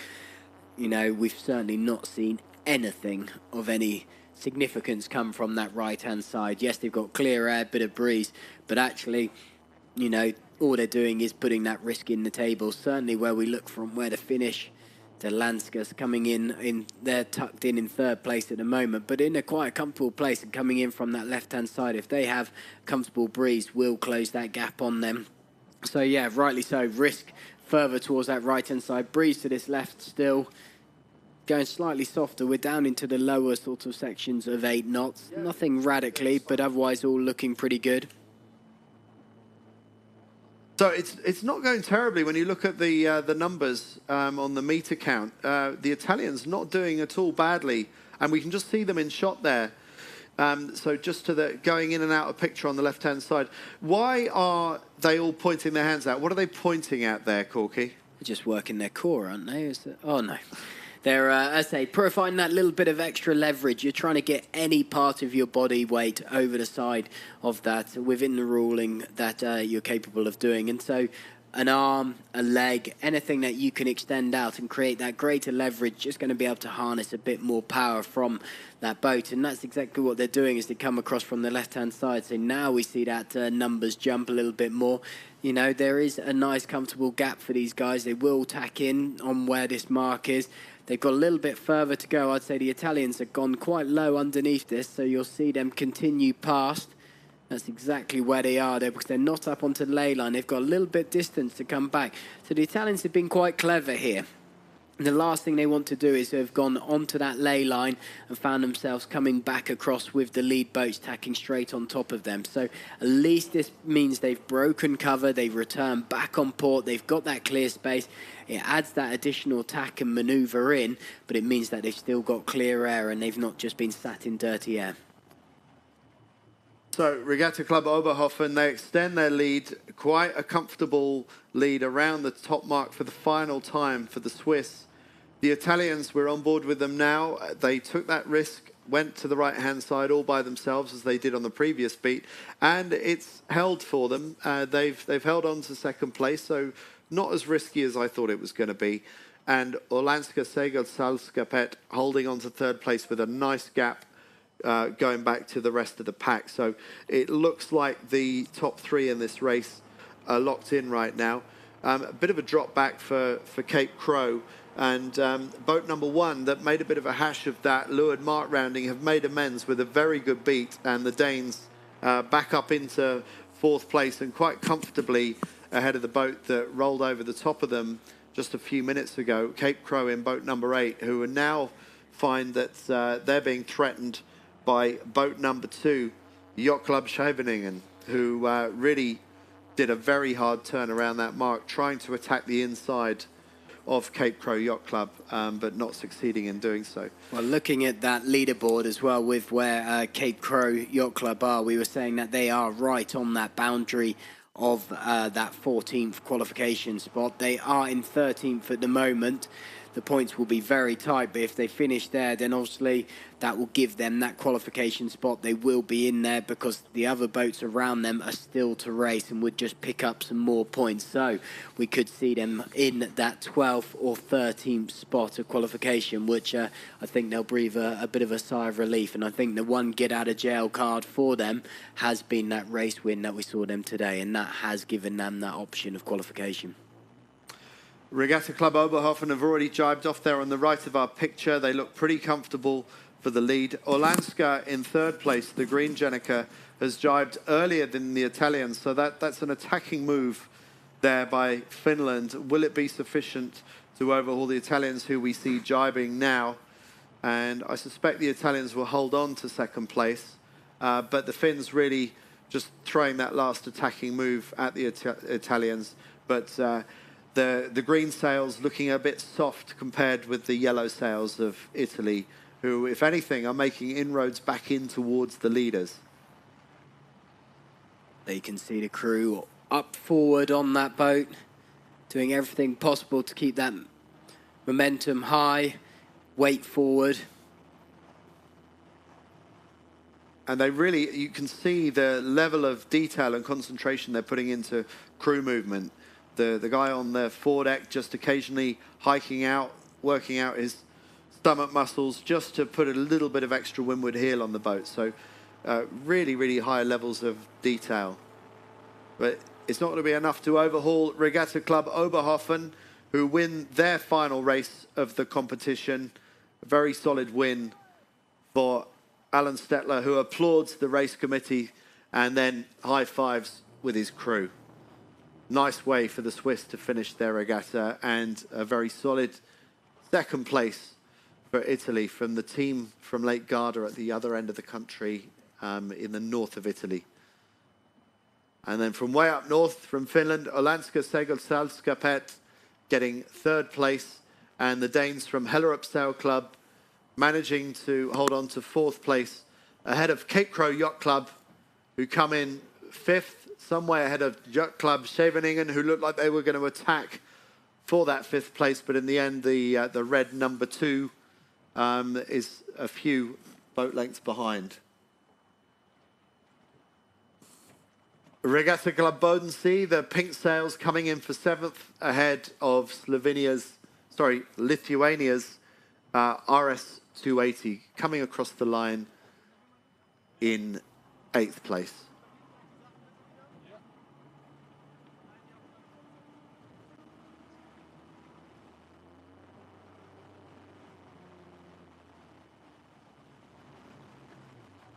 So the frantic turnaround for the next flight. Already teams on and off the boats, ready to go. So in this flight, we do have the current leaders. The Italians. That's the one, Soccolo, Della Valabari. They are top of the table with a bit of breathing space, but again, will require them to have a good race to keep themselves firmly at the top, so we could see them take the victory in this flight. And in fact, the boat in 2nd place overall is also in this flight, so it's going to be critical for Club de Voile Saint-Aubin-Elbeuf to be able to put some boats between them and the Italians. Let's take a look at that leaderboard now. So those boats, Corky, numbers 1 and 2, we're about to see go head-to-head in this next flight. Well, that's it. So we see that 4-point gap as they go into this flight, and that's what the French Club de Voile Saint-Aubin-Elbeuf are trying to close to take that 1st place, but they will be in the same race, so it's going to be very, very tough to claw those points back. But again, we have seen mistakes come in very easily, misjudging the starts, and that's where we're going to see this all pan out. But this race will more than likely decide who will be going home with that top spot. And it's for the Italians all to lose at the moment. Well, we're going to get an interview shortly with Cape Crow Yacht Club. Let's just have a look where they are on the leaderboard, because it would be nice to know how the Swedes are doing and if they've done enough. Well, as things stand, just remind us, Corky, you just went through this, but is it right to say now that Cape Crow Yacht Club have definitely finished inside the top 14? Well, that's it. So if you look at all of it, because there's no discards or anything to come in, the blank spaces around them are the boats that haven't raced. So APCC Nantes are 1 point in front, but still need to race. So you could even see Cape Crow Yacht Club go up another point, another place, depending on where the French team finished there. But they are inside that magic 14 number. Obviously, we have Borländische Yacht Club, the Austrian team there, right on that 14th spot, but with only 1 point away from the Dutch team, WSV Heesbeck, and 1 point behind them, Yacht Club Scheveningen. They are the ones all still to play for to see who is going to take those final couple of spots. Well, let's see if we can go out to Cape Crow Yacht Club on the water. This is Andy Rice from the commentary team speaking. Can you hear me? Yes, I can. And who am I speaking to? I'm Jakob Lundqvist. I've been helming for Cape Crow Yacht Club this weekend. Jakob, very well done today. You've had a series of fourths, fifths and sixes, but you did win a race earlier today, and to me, it looks like that race victory was what you needed to do to secure one of the top 14 places to go through to St. Moritz.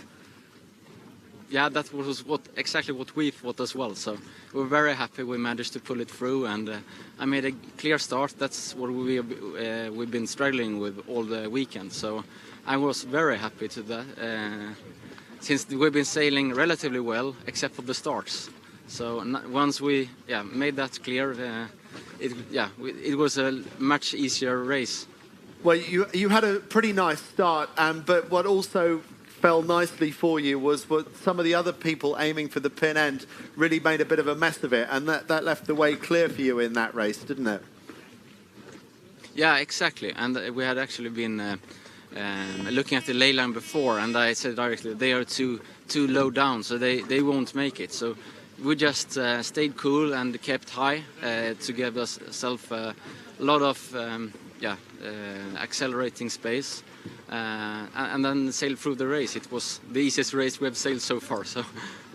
That's often the way, isn't it? The races that you win often feel like the easiest, and you wonder why you can't do it race after race. But clearly there's a lot of inconsistency out there, and no one is able to dominate these races. What do you think is the key to securing those top 3 or 4 places in each race that you do? Yeah, it's the start and a clear line. You want to tack as few times as possible because the breeze is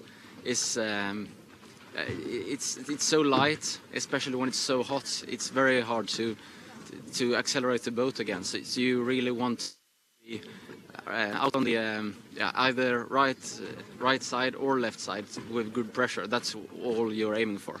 And knowing what you know now after 4 days of hard racing, if you were to come back into this competition again and everyone else was starting on day 1, how do you think you could do now? In other words, I'm asking, how much better as a team are you today than you were 4 days ago? I'm hoping at least that we could make it within top 10 or as a team right now. I think I'm the weak spot. Oh, well, that's very honest of you to say so. I'm sure it's not quite as straightforward as that. But, Jakob, anyway, mission accomplished. You've lived to fight another day, and that other day will come in St. Moritz later on this summer. So congratulations on making that. Yeah, thank you very much. Enjoy the rest of your time in Porto, Cervo. No, definitely not. It was fantastic coming here. So thanks a lot for letting us come. Thanks, Jakob, and congratulations to you and the rest of the crew. And we're back into the pre-start for race 2 of Flight 18, this final flight in Porto Cervo. And Corky, you've been keeping an eye on the breeze, and it's been a critical thing to keep an eye on today. What's it up to? Well, we started to see it creep round towards that right a little bit more again. So we're starting to get a bit more swings in that breeze.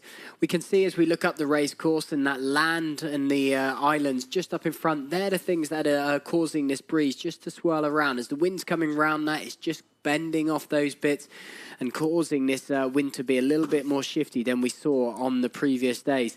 We're seeing breeze flick round to about 120, 121 degrees, and that's about as far right as it tends to go, but then it's creeping back towards the left-hand side. So at the moment, in that right-hand phase, a little bit of a skewed start, bit of a port end bias again, and so we're seeing boats attack from that port approach, tack in, but we are seeing these lead boats still coming from that mid to left-hand side of the racecourse.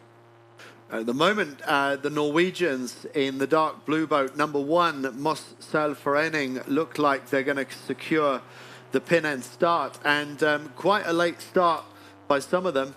The Norwegians have the space to just go down and accelerate, and good start for them. Good start also for boat number 4, which is the boat that we're all watching, Circolo della Villabari. A very solid start for the Italians that are leading this race. But what's going on at the back?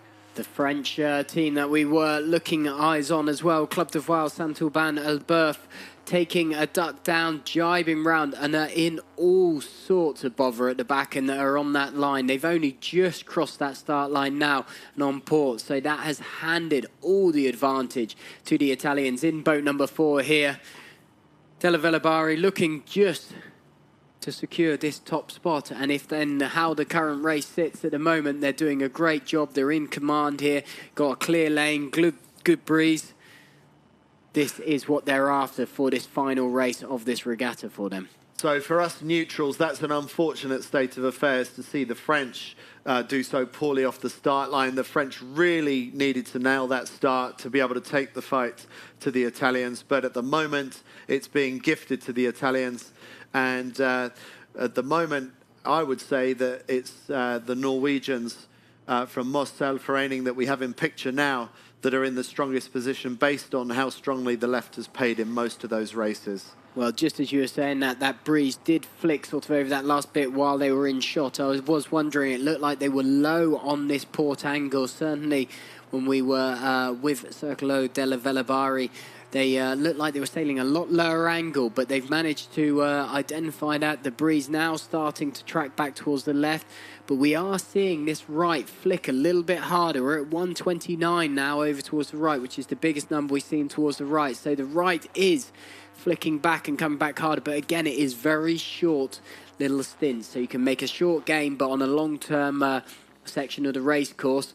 So for these guys, that's where we're at. Also, another boat keep an eye on is WSV Hisbeck. They are the ones trying to get themselves into a qualifications spot as well. And so wherever they place, it's going to be critical to whether they can get into that spot. At the moment, they're in about 4th spot, which would see them in around 16th, 17th spot, so just on the cutoff. So WSV Hisbeck won their previous race in the flight that we saw earlier today.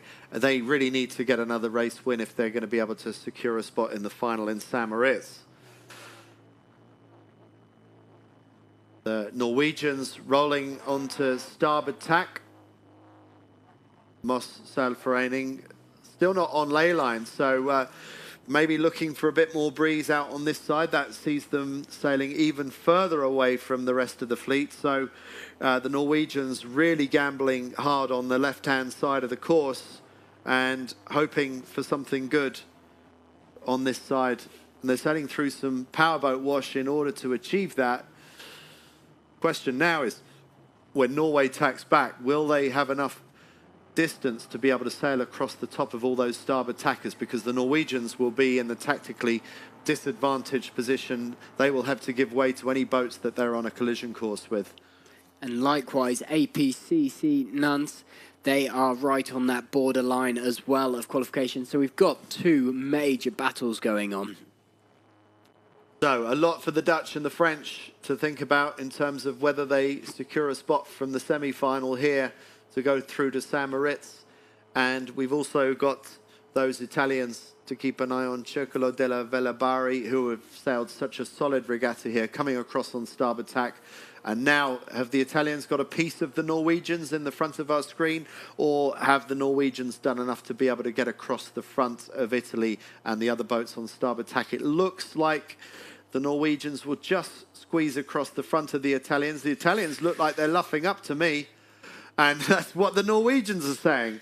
The Italians, I think, were gunning for that. I think they were looking for a piece of the Norwegians, and it was a little bit of cheeky sailing by the Italians, who now have a lot to do to go behind the back of those 2 boats. And Norway, will they get away with that, or will they be given a penalty? A whistle went, and the flag I feel a little bit sorry for them. That's harsh. I think there was some gamesmanship going on there. And the Norwegians have come off worse. And easy for us to say with our overhead view, but I think the Italians changed course. Yeah, I agree totally. Sort of the Italians there, you could see them just start to squeeze. It all looked comfortable for the Norwegians. It was going to be close, but there was a clear sort of cross, and then they slowly started to squeeze it up in those final bits. To hit that whistle and it not be a green or white flag, I felt was pretty harsh on the Norwegians then. They also, from when we switched to the onboard camera, were putting their arms up and pretty clear that they felt hard done by what had happened there. And I think the umpires, when reviewing this a little bit later, might feel that's... they might have been a touch harsh with that. But that's what's so... we can see that from a nice drone shot.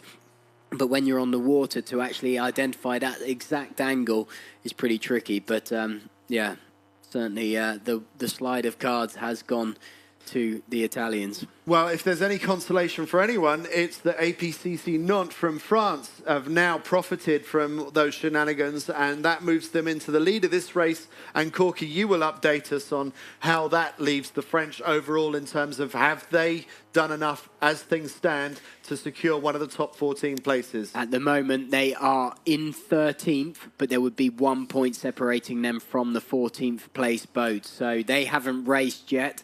So at the moment, they have got a bit of breathing space, but if they slip back in this race, then they still could be on that cut-off line. But at the moment, they are securing their position in their current situation. So APCC Nantes on the right of our screen, now being followed by the green kite of the Italians jibing, and Norway still coming down on starboard jibe. I think we were looking at the Italians there briefly. So the two leaders going out to the right of our picture, and then third and fourth place still fighting it out, soaking low on starboard jibe.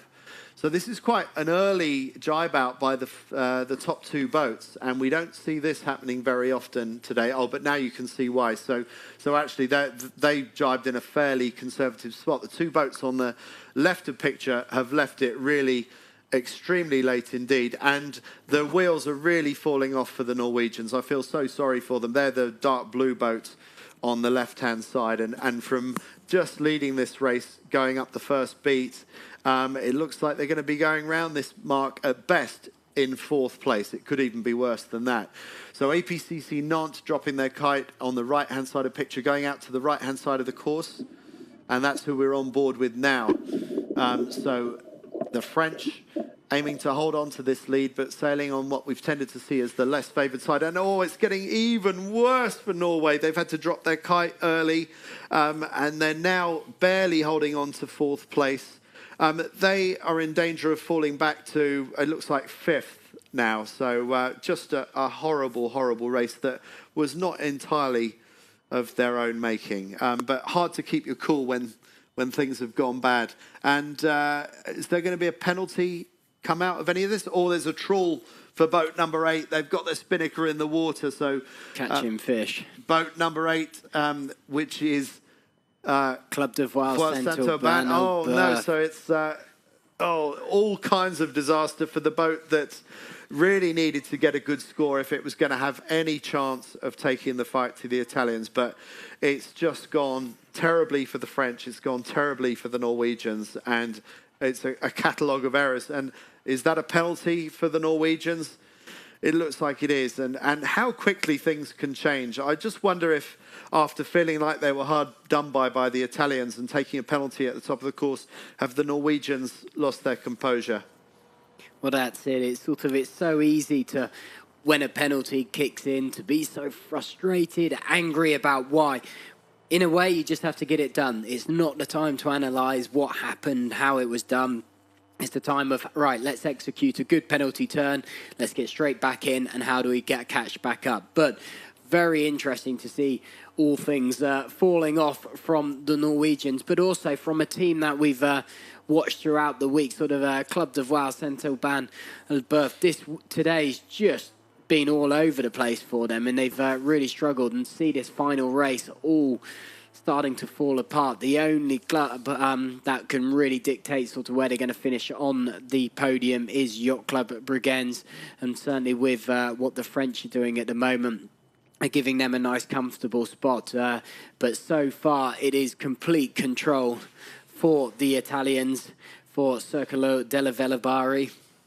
Even though we felt they might have been a little bit cheeky at that top mark and forcing that penalty, they are in a comfortable spot in this race, and that's all they need with the points gap that they've got. If they currently stay where they are in the standings, they cross that line, they will win the semi-finals here in Porto. So the place changing between the top two right now. Italy has a sniff of being able to actually take the lead in this race. Will the French from APCC Nantes be able to hold on? APCC have not been one of the front runners in this competition, so they're sailing an incredibly good race by their standards.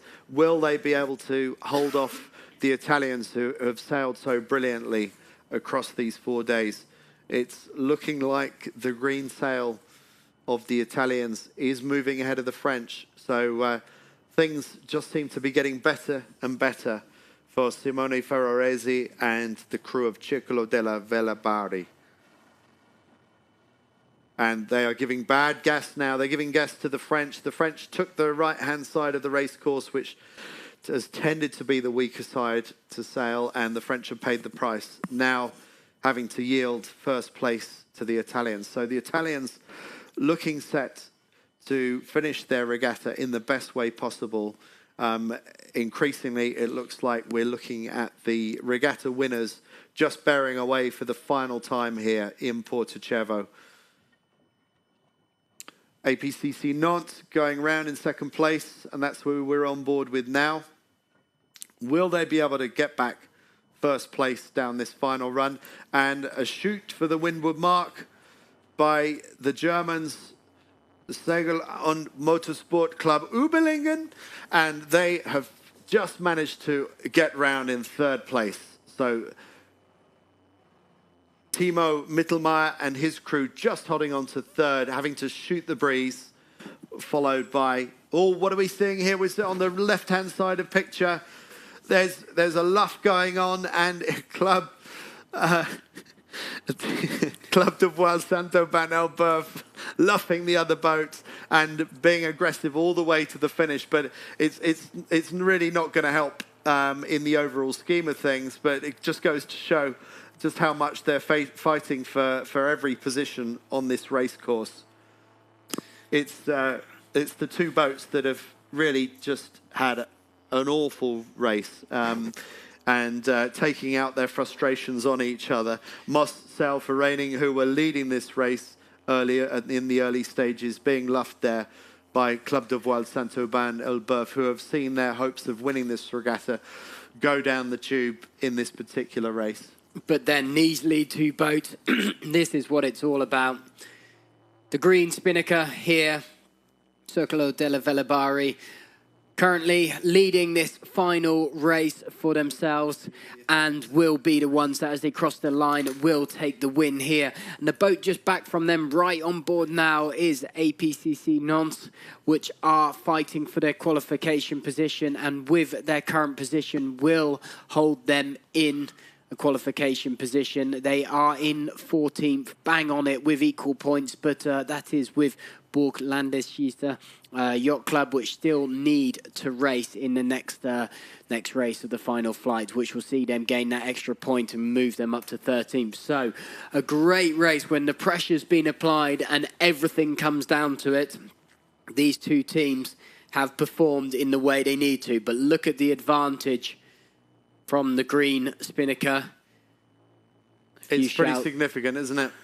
So APCC Nantes, at best, it looks like they're going to get second place. It does look like second is fairly secure for them. But Circolo della Velabari just meters away from crossing the finish line, which will be sufficient for them. Are you sure about this, Corky? 100%. They will be 3 points clear, and it still needs Yacht Club Bregenz to race. And so even if they won that race, it would leave them with a 4-point lead. Thank you very much, This is guaranteed. Here they are. And there are the winners. Circolo della Velabari winning on home waters. Congratulations to Simone Ferraresi, Valerio Galati, Corrado Capecci, Minutolo, and Leonardo Dinelli. And none of them are bothered about getting the Jenica down. They're too busy celebrating. The French APCC Nantes crossing second, a few slaps on the back. Still a good race for them. A shame for the French that they couldn't hold on to the win, but still a good way for them to finish. They needed that for the qualification spot, so they might not know the numbers as we do now, but that is good enough for them to qualify, and they will be joining us at that final. Well, congratulations to Nantes for doing enough in the final race and achieving that in that case. And that is Überlingen in third place, and WSV Heesbeek crossing in fourth place, the boat number 2, the Red Sail. And is that the Norwegians that we see going across boat number 1? I think it might be. And I feel desperately sorry for them in that race. They were leading after such a good start and a good first beat. But there's some luffing action. And in amongst that luffing action, Club de Voile Saint-Aubin Elbeuf, aggressive all the way to the finish. Who will get round in first? I can't call that one. It's a matter of who Spinnaker managed to flutter across that finish line before the other. But what a sad finish for Club de Voile Saint-Aubin Elbeuf, who must have had some hope of being able to win this regatta, but faded in the dying stages.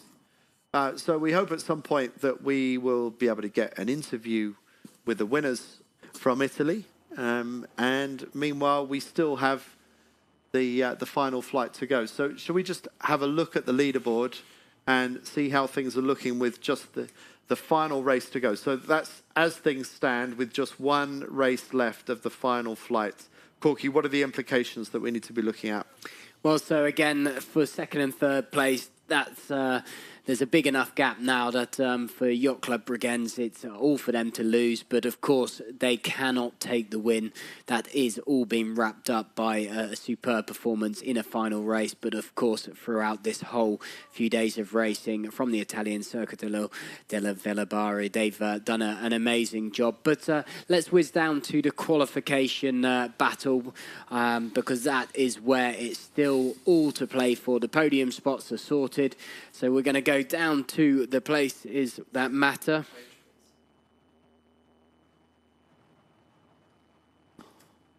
So there we can see APCC Nons with that second, leaving them in 14th spot, but with 77 points. But you can see the gap above them. On equal points, the Berlandische Yacht Club with 77 points, but they haven't raced. So even if they won that race, it would be one extra point that would slide them to 14th, and Nance would be in. But still, for them to possibly lose it, if they didn't have a great race, it could see Yacht Club at Scheveningen make that jump on it. So some still fairly tight, but that is where this battle is going to carry on into this final race. Just keeping that on screen a little bit longer, Bergen-Ländische Yacht Club basically need to sail a blinder in this final race if they're going to stay in the top 14, right?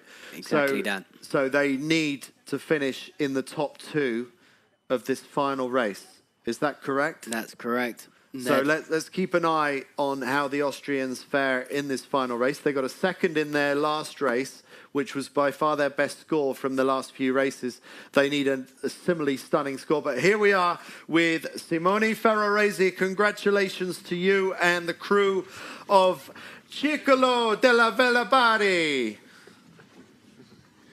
Thank you, yeah. Amazing day today. We started almost on equal points with other two teams, and it was quite a tough day, and it's amazing to come out with a victory of this event, also for our club Circolo della Bari. Now, you're not that close to your home waters, but what is it like to win on Italian waters? Yeah, of course, this is even more amazing. I mean, it's fantastic. Sardinia is wonderful as always, sunny, good wind, good breeze, amazing races. And yeah, we are far from home, but we are quite a lot sailing here also. And yeah, we love the place and the event and everything. Amazing. What was the key to your success sailing across so many different races and having to maintain that concentration for so long? Yeah, that was of course tough. Also in the last race we were exactly against the French that were our opposite, and they tried of course to match us a little bit. We came out with an amazing start. Also they got a penalty, so the goal was to keep clean and try to put them on the back to make a clean race. And that was it. Coming, of course, with the win also of the last race is fantastic. And of course, I have to thank Corrado, Leo, and Valerio for an amazing job, and of course, my club. And of course, your crew members will be throwing you in the water at some point, because that's what always happens to the winning skipper. Are they strong enough to throw you in? I don't know. I mean, I'm the heavier on the crew, so it will be tough for them. The rule is if I go in the water, they may also go on the water. I've just heard from my director, if you can let go of the microphone first, because it's quite expensive. Of course, we take care of that. Thank you. Enjoy your celebrations this evening, Simone, and the rest of the team. Congratulations. Thank you. Thanks a lot. So the winning Italians, but we still have other battles to fight, and particularly we're going to be watching how those Austrians from Burgenländische Yacht Club fare in this final race. We're on board at the moment with GVK Platu 25 Association from Lithuania, and they are towards the back of the leaderboard, but still gaining valuable experience from racing in every single flight.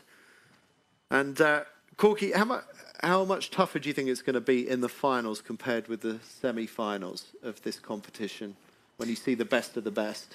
I think it's going to get pretty brutal, to be honest, with the race. Every single race is going to matter in the same way as it has here in the semi-finals.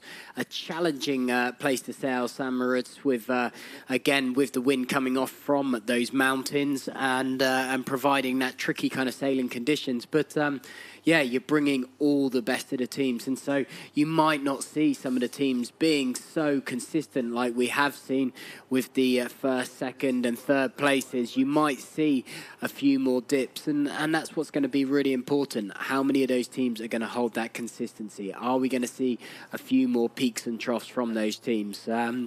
And that's going to be what's going to be fascinating when it goes to St. Moritz. It's, you know, if we see someone staying so consistency through and through, then that's exactly what's going to be needed to take that win.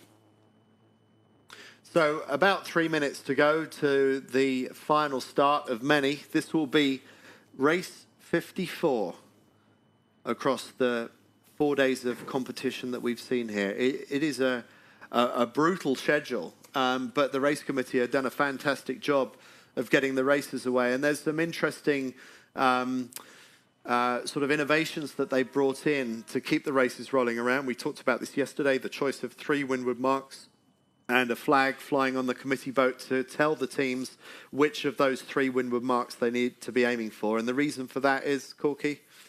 Well, again, it's, you know, you're in such a location, shorter courses, that any time that course needs to be reshuffled due to the wind moving slightly to the right, to the left, or even if it increases or drops, having those options to be able to shorten the course, change that direction without a rib having to go and move a mark, wait 10 minutes for them to reset and not allowed to touch it during the starting sequence, then that's exactly where it is. So the choice of 3 marks is superb. And as soon as that flag goes up, identifies, everyone knows where it's at, and they can just get on and race.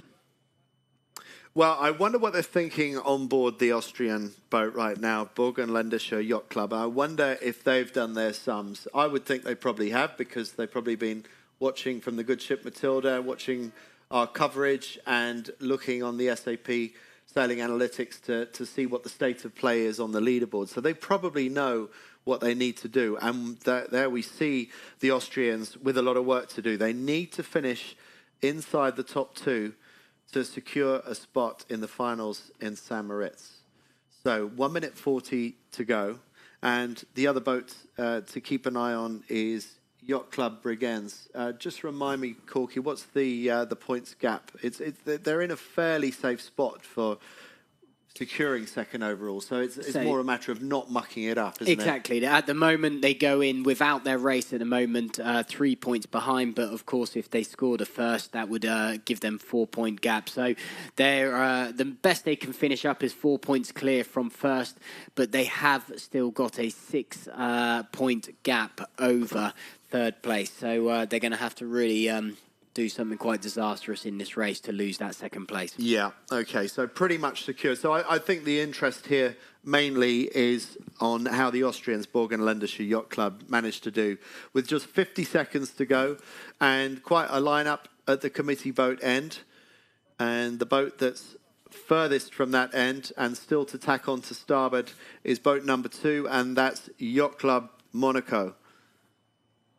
And we're on board now with GVK Plateau 25 Association from Lithuania.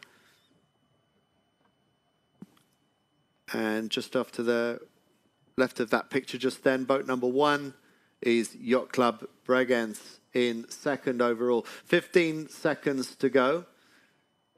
And Yacht Club Monaco looking like they're going to win the pin in boat number 2. And then on their shoulder, boat number 3 is GVK Plateau 25 Association. Looks like it's going to be a clear start. Some good starts by the Lithuanians and the Monaco team, who just do a little roll around the pin end, but a very good start by Monaco. And we're on board with Burgenländischer Yacht Club, who are the boat that need to finish in the top 2 if they are to secure one of those coveted spots for the St. Moritz finals. Well, just hearing a little bit more information, we're just trying to get complete clarification on it. They might need to win this race to do it, because the boat that they would end up on equal points with is carrying a first place, and that could be the separator on that. So even if they ended up on equal points, they could end up losing on the count back with that one first place the boat has in place. So we're just getting clarification on that, and we'll update you very shortly. But certainly they need to be in it to win it. Worst case, sort of second spot, but a second place could and might not be enough. They need first place. Just got confirmation straight there, so they need to win this race here. Well, they got a lot on if that's the case, because Yacht Club Monaco on the nearest to our picture, I think, is looking in a very strong position on the left-hand side of the course. And that's a class act that are on this boat representing Monaco, whereas Bergen Ländische Yacht Club, they're in the middle of the pack. Yes, things could go their way, but we need to see a change of pattern to what the breeze has done. The Monaco team that we're looking at now look like they've got a little bit more breeze on this side of the course. Yeah, so we've got across that race course at the moment, still staying fairly consistent around 8.5 knots of breeze. So the breeze actually has been pretty solid with regard to strength. And we've seen 8.5. It's now trickled up to 9 at times. But it's generally half a knot, give or take, in and there around that. But we have still seen this breeze flicking around. It is still staying in this left phase. Furthest round sort of at the moment, about 119, 118, and then trickling back to sort of 110. So there's still a good 7-8 degrees of wind shifts available for these teams to tuck into. Softish breeze at the moment. You can see the crews aren't fully hiked. Yacht Club Monaco in a secure position, sailing across on Port Tack, and the boat that's on the far left now that we can see on screen, GVK Plateau 25 Association from Lithuania. They had a nice start, and will they be able to come back in and get something decent from their left-hand side? Because we've seen other people manage to do it. That's who we're looking at now. Can the Lithuanians jag something from the left-hand side of the course? Will be really interesting as well. We've been highlighting Bergen Ländische Yacht Club, the Austrians there, requiring a race win. Funnily enough, that's putting a huge amount of pressure coming into your race. And but looking back over a few of their legs and their final flights, they've had 3 7th places back to back. So the pressure's all stacked up onto this last day, really, for them, sort of in the final sort of play out from yesterday and into the early stages of today. And that's where all the pressures ended up requiring them to gain this first place, and that's a pretty tough one. You've got second place boat out there, Yacht Club Brigands. You know, you've got some hard hitters still out on that race course, and for you to go in needing a specific spot is a pretty hard challenge. Yes, at this stage, it doesn't look like it's going to happen for the Austrians in the way that they would have liked. At the moment, it looks like Yacht Club Monaco are going to add another race win to the one that they got earlier today. And they have got stronger as the competition has gone along. In the early stages of this competition, they clocked up 3 OCSs for starting over the line too early. But the Monaco team, with some Olympic representatives for France on board that crew, are now up into 6th place overall. So they've just got better and better. And Yacht Club Brigands, 2nd overall in this competition, and currently lying 2nd in this race as their Blue Jenica goes up. Next round is the green sails of Malmö Segelsällskapet from Sweden, followed by Royal Danish Yacht Club, sailed by the only all-female crew here, skippered by Trina Paludan. Next around is Wassersportverein Hemmelingen from Germany. And there they are, Bergen Ländische Yacht Club. Well, they are at the wrong end of this fleet, I'm afraid, in order to be able to secure a spot for St. Moritz. It just doesn't look like it's going to happen for the Austrians. No, unfortunately, not a bad start, but then they tacked out slightly earlier towards that right-hand side. A bit of advantage for all those boats coming in from that left, holding that breeze in. But just a shame that that's not going to be the way it's going to pan out. They've got still plenty of racing to go, but with the current wind state and the level of competition up in front of them, they're going to be hard pushed to scoop anything back that will draw them anywhere close to that first spot. Well, the only thing that might help them out is that two of their rivals at the back of the fleet have jibed off early, and we've not really seen that work for anybody. So I think that's clutching at straws for the Lithuanians and the Germans that have taken that route. So that's maybe 2 places back for the Austrians, but it's going to be a long way back for the Austrians to have a sniff of overtaking the front 4 boats, let alone winning the race, which is what they needed to do.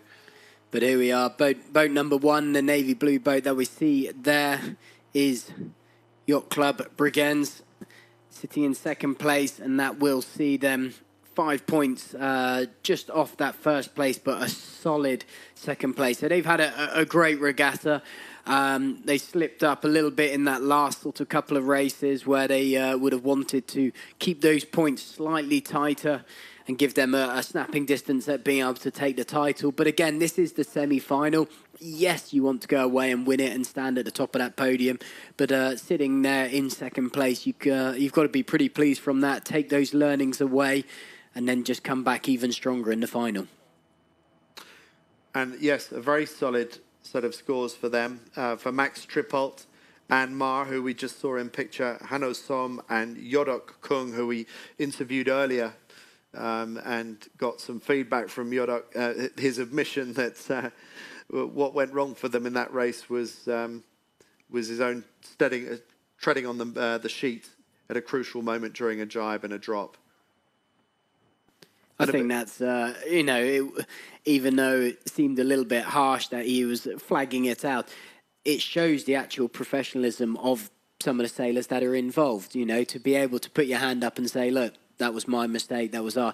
It's so easy to kind of sit there and say, oh, we didn't do this well and didn't do this. It was a straight up hand up in the air, that was my mistake, and that's kind of what happened. And so it allows the team to really kind of grow in strength from that and to have characters on board in such a way.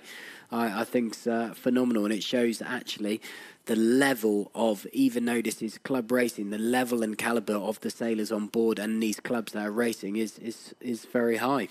It is, and when you're sailing together so intensely for so long, you've got to have that shared collective responsibility of if things go wrong. It's not just about one person, it's about how you operate as a team, it's how you bounce back as a unit, not about finding a scapegoat on board the boat. So very much like you and me then, sort of... Anything that goes wrong is your fault, Corky. We've been clear about that since the start. So it's looking soft here, but Yacht Club de Monaco, they've tacked along with everybody else onto port tack now, still protecting the left-hand side. So Francois Brenac still in a pretty strong position to hold on to the race win here for Monaco. Bottom right, the mini map, just showing where those boats are stacked up. You can still see those lead boats approaching from that mid to left-hand side, and that has just been the dominant place to be over the last couple of days. Coming off that line, securing that little left shift, and just coming back in that mid-left position. So you're in the centre of the course, in that final third of the racetrack. By being there, you're in complete control. You can take that right shift, you can go back towards the left, but you're in a commanding position and allows you to attack or defend. So great tactics from these boats, but a consistently fairly solid strategy that most of the teams have been trying to apply. Yacht Club Bregenz sailing pretty quickly in boat number 1, the dark blue sail just right of centre, but doesn't look like it's going to be enough to be able to threaten the leaders on the left of our picture, boat number 2. And quite processional at the moment, this race. Not many opportunities for the likes of Bergen and Lendershire to get back up into the front of this pack. And it's going to be agonisingly close to that cut-off point for the Austrians, but they're going to fall just the wrong side of it for getting into the finals. As you said, with that breeze going slightly lighter, we have still sort of tickling up to 8 knots, but we are seeing it dropping into 6 to 7 knots, so that softer side of the breeze. So getting into that sort of latter part of the day again. Great conditions still for these boats, great conditions and stunning setting. for them to perform at the first semi-finals of the Sailing Champions League.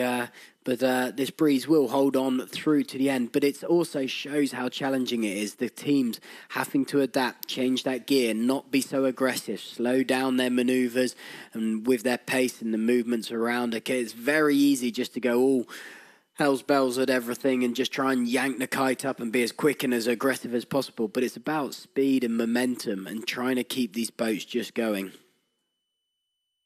Nice smooth tack, good control of body movement through the boat for Yacht Club Bregenz there. Just a good illustration of what Corky was talking about, the deft body movement that you need to make in these kind of conditions, not rock the boat too much. Good ley line call there, sort of that early tack. Yacht Club Bregenz just slightly higher on it, allows them to keep a bit of speed, but by shortening that distance, a great hoist as well, that is going to see them extend that little bit of a lead over them, and all looks very comfortable for Yacht Club Monaco at the front. It does. That really was a beautiful hoist, wasn't it? It was just straight up, set, cleared away from their sails. The team was sat down and already in position. But they have sailed a slightly higher line to ensure that kites come out. So does give that Yacht Club Bregenz that little bit of that inside line. But there was enough of a gap there. There's no reason why Yacht Club Monaco can soak down a little bit. The all-female crew holding third place at the moment, just ahead of Malmo. So Denmark just leading Sweden for third and fourth. Germany going round from Hemelingen in fifth place. And then Borgenländische Yacht Club, we had hopes for them of being able to qualify from this race, but they needed to win it, and that's not going to happen for them. And it's not too bad a hoist. I thought it was going to be a bit of a sloppy hoist, but actually we've seen good hoists from all of the boats here. Yeah, the actual teamwork and seeing how quick those sets have been. We've seen in previous years when that breeze is a little bit higher, people trying to push really early to get that hoist up and set, and being caught out by the odd gust, because they are big Jenicas for these boats, and as soon as they load up, they do carry a lot of pressure around with them. But some really nice teamwork. And considering these teams, yes, they've been in different boats throughout their national leagues, to step into these boats, it might be early days of the J70s and they've not done a huge amount. So actually stepping in and being able to just get in and sail so smoothly and be happy with the teamwork, who's doing what in each role, has been really impressive. So, yeah, there's been a lot of good stuff, but we've also seen a lot of stuff where once the pressure mounts, the cracks start to form, and some poor certainly leeward gate roundings and drops with the spinnakers. But also, again, the red mist dropping down on a few people, and that sort of hunger to not let points slip and try and go for gaps that maybe don't exist, or push the rules that little bit harder, and penalties being applied. But certainly today there's been less penalties thrown out than there were yesterday. Yeah, that's true, isn't it? Yeah. So I wonder why that is. I mean, it is a little bit more processional today. It's been a bit more of a one-sided track, so maybe we've seen less coming together of boats because of that. But yeah, are people getting better behaved as well? I don't know. Oh, not sure on that one. I just think, as you say, sort of with the breeze being a bit more processional, sort of staying and hovering on that left side, it's very easy to just hold on to that side, and everyone just has to behave themselves. It just the opportunity to attack is more limited. Yacht Club Monaco just about 100 meters away from the finish line. Yacht Club Bregenz still breathing down the neck, but it's not going to be enough. This is going to be a nice way for this experienced crew, experienced in terms of their overall sailing experience, first time participants in the Sailing Champions League. So rookies in that sense, and a fantastic way for Yacht Club Monaco to finish off its first time entry into the Sailing Champions League, as they are now just a few meters away from winning this race.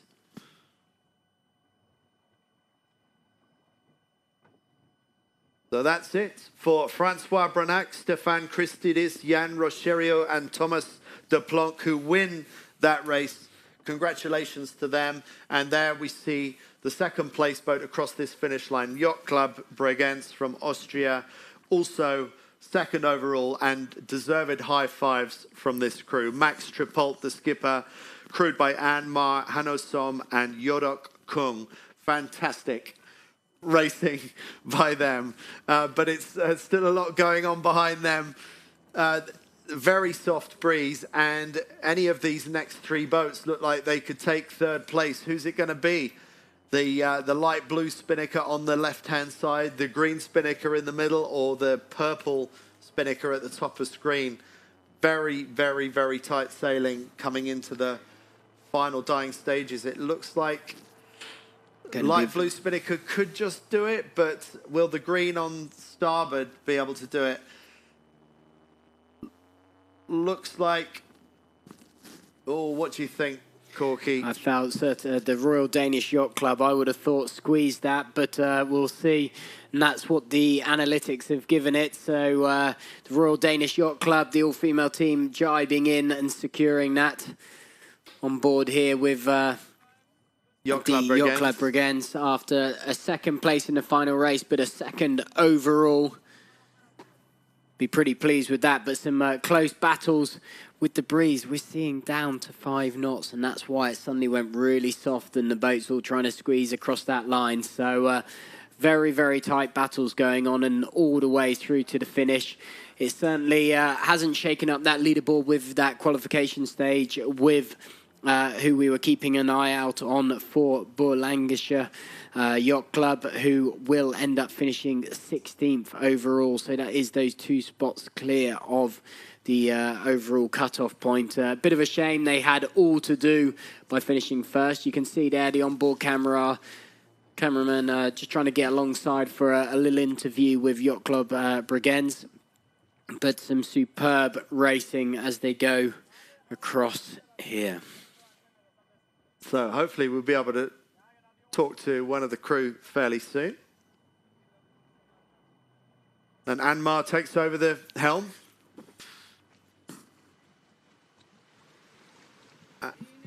Okay, so am I speaking to Max? Yes, it's Max. Hi, Max. This is Andy Rice from the commentary crew. Congratulations. Thank you. Thank you. It was a really, really tough day today. The crews are getting better and better at the 4th day, and yes, was a quite nice racing, and difficult because the wind was shifting again, and yeah, but we did a good job. My crew did a really good job, and we saved the 2nd place now, and take the lead over the French guys. Yes, the French guys made a bit of a mess of their final race. You sailed a very solid race to come in second.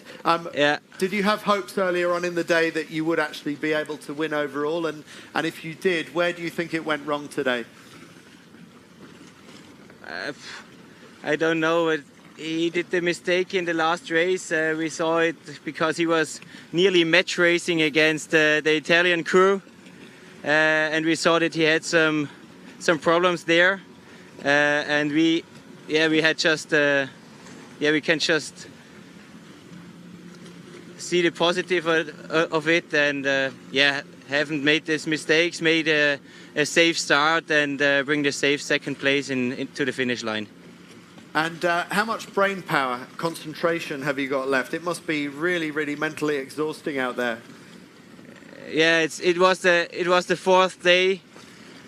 Beautiful weather, but also the sun is killing your brain nearly, and 4 days with heavy racing and really much racing, 18 flights, was really tough, and to keep the concentration up was not that easy, but I think we did a good job, and we're really happy now. And you put yourself in a good position for performing well in the finals in Samoritz. Will Samoritz fit a little bit more like sailing at home, sailing on a lake? Yes. Oh, sorry. Yes, sorry, I lost the phone. Yes, you're right, but I think it would get really, really hard there because the good teams from St. Petersburg are also coming, so all the other sailors will get better and better, And yeah, we try to give our best there, and yeah, we'll have a look what's possible and try to give the best there. Well, I'm sure your friends at home are delighted with your performance, and we congratulate you and the crew, Max. A fantastic score by you. Thank you very much. Thank you. Thank you for the club, and thank you for all the helpers here. It was a really great event. Thank you. Thank you, Max. And yes, Corky, we should pay tribute to all the smooth operation that goes on behind the scenes. I mean, we've seen race after race banged off here by Yacht Club Costa Smeralda. They run so many world-class competitions, and that's why the Sailing Champions League has come back here over these past few days for the 4th occasion. Well, exactly that. Is that no event can be run so smoothly. It's been really quick in between the races. The sailors haven't had a huge amount of time in between the races. They're straight on and back into the next race or into the next flight. The use of Matilda, the big boat where they're all on the party island, to allow them to get that bit of shade, get on food and drink. And again, the support staff and everyone that's been there has been done a superb job. The weather's been great.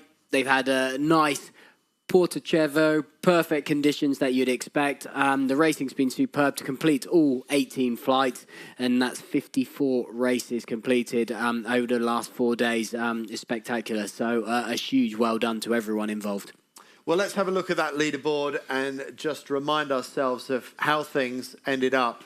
So, Corky, the first 3 were locked in with a flight to go. So we knew how things were going to pan out.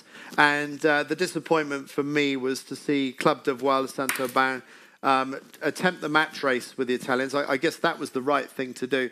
But it really just didn't work out for them in the end. You see, well, an impressive number of first places by Cervo della Velabari going into the final stages of this regatta. Well, exactly that. It sort of was, in a way, a little too late, sort of taking the match race to them at that point. Once these final points are decided, you kind of need to, in the same way as you do with chess, is play those points so much earlier on. Try and get them to sustain some heavier blows further on in the regatta and hope that it impacts later on. Because once you get to these final few stages and final few races, it makes it really tricky to try and just secure those additional extra points. And they went, fair play, they went all out for it, but they were the ones that actually got their fingers burnt from it. A solid performance, as you say. You look from just flight 12 to 18, and 6 first places for Cervo della Velabari.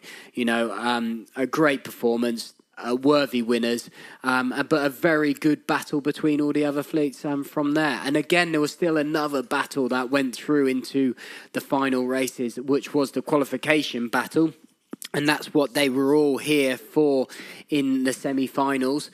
They were trying to get themselves into those top 14 boats. So there was the top 10, and now this is the second page.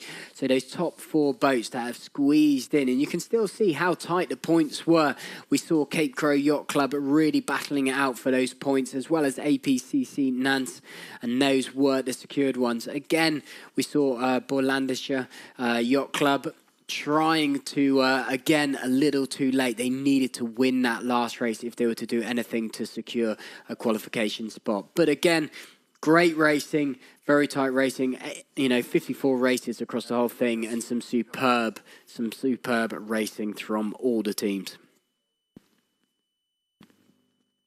Let's have a look at the bottom 2. So JK Aurora bringing up the rear, representing Slovenia, first-time participants in the Sailing Champions League. So a big learning curve for them.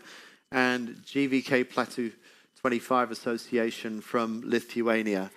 So they will have learned a lot from this experience. A huge amount. And again, it's, you know, from having to go out and race that intensely and back-to-back, that's a very, very big step for them to step along and introduce themselves to the Sailing Champions League, and will be a real eye-opener. But it's also all credit to all the rest of the teams. It shows the calibre of racers that are here, that you can't just turn up for the first time, jump in and go, oh, we'll do all right. So, yeah, pretty tough at the top. And as well as what they learnt on the water, they can also learn a lot by digging back through the SAP sailing analytics. And I know that a number of the sailors in the Olympic scene and the Extreme Sailing Series use this analysis on a regular basis to try and analyse their races and see where they're going right and where they're going wrong. Well, exactly that. That's what we use here in the commentary booth, and it's available to you all out there at sapsailing.com.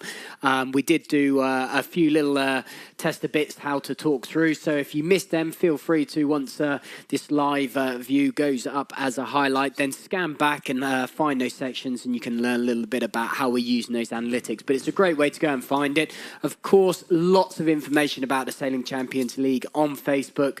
Head to Sailing CL, and you'll be able to catch up on all of the highlight clips, some of the interviews, some photos that have been taken over the last sort of few days. And of course, it is the way to keep track of the next semi-final.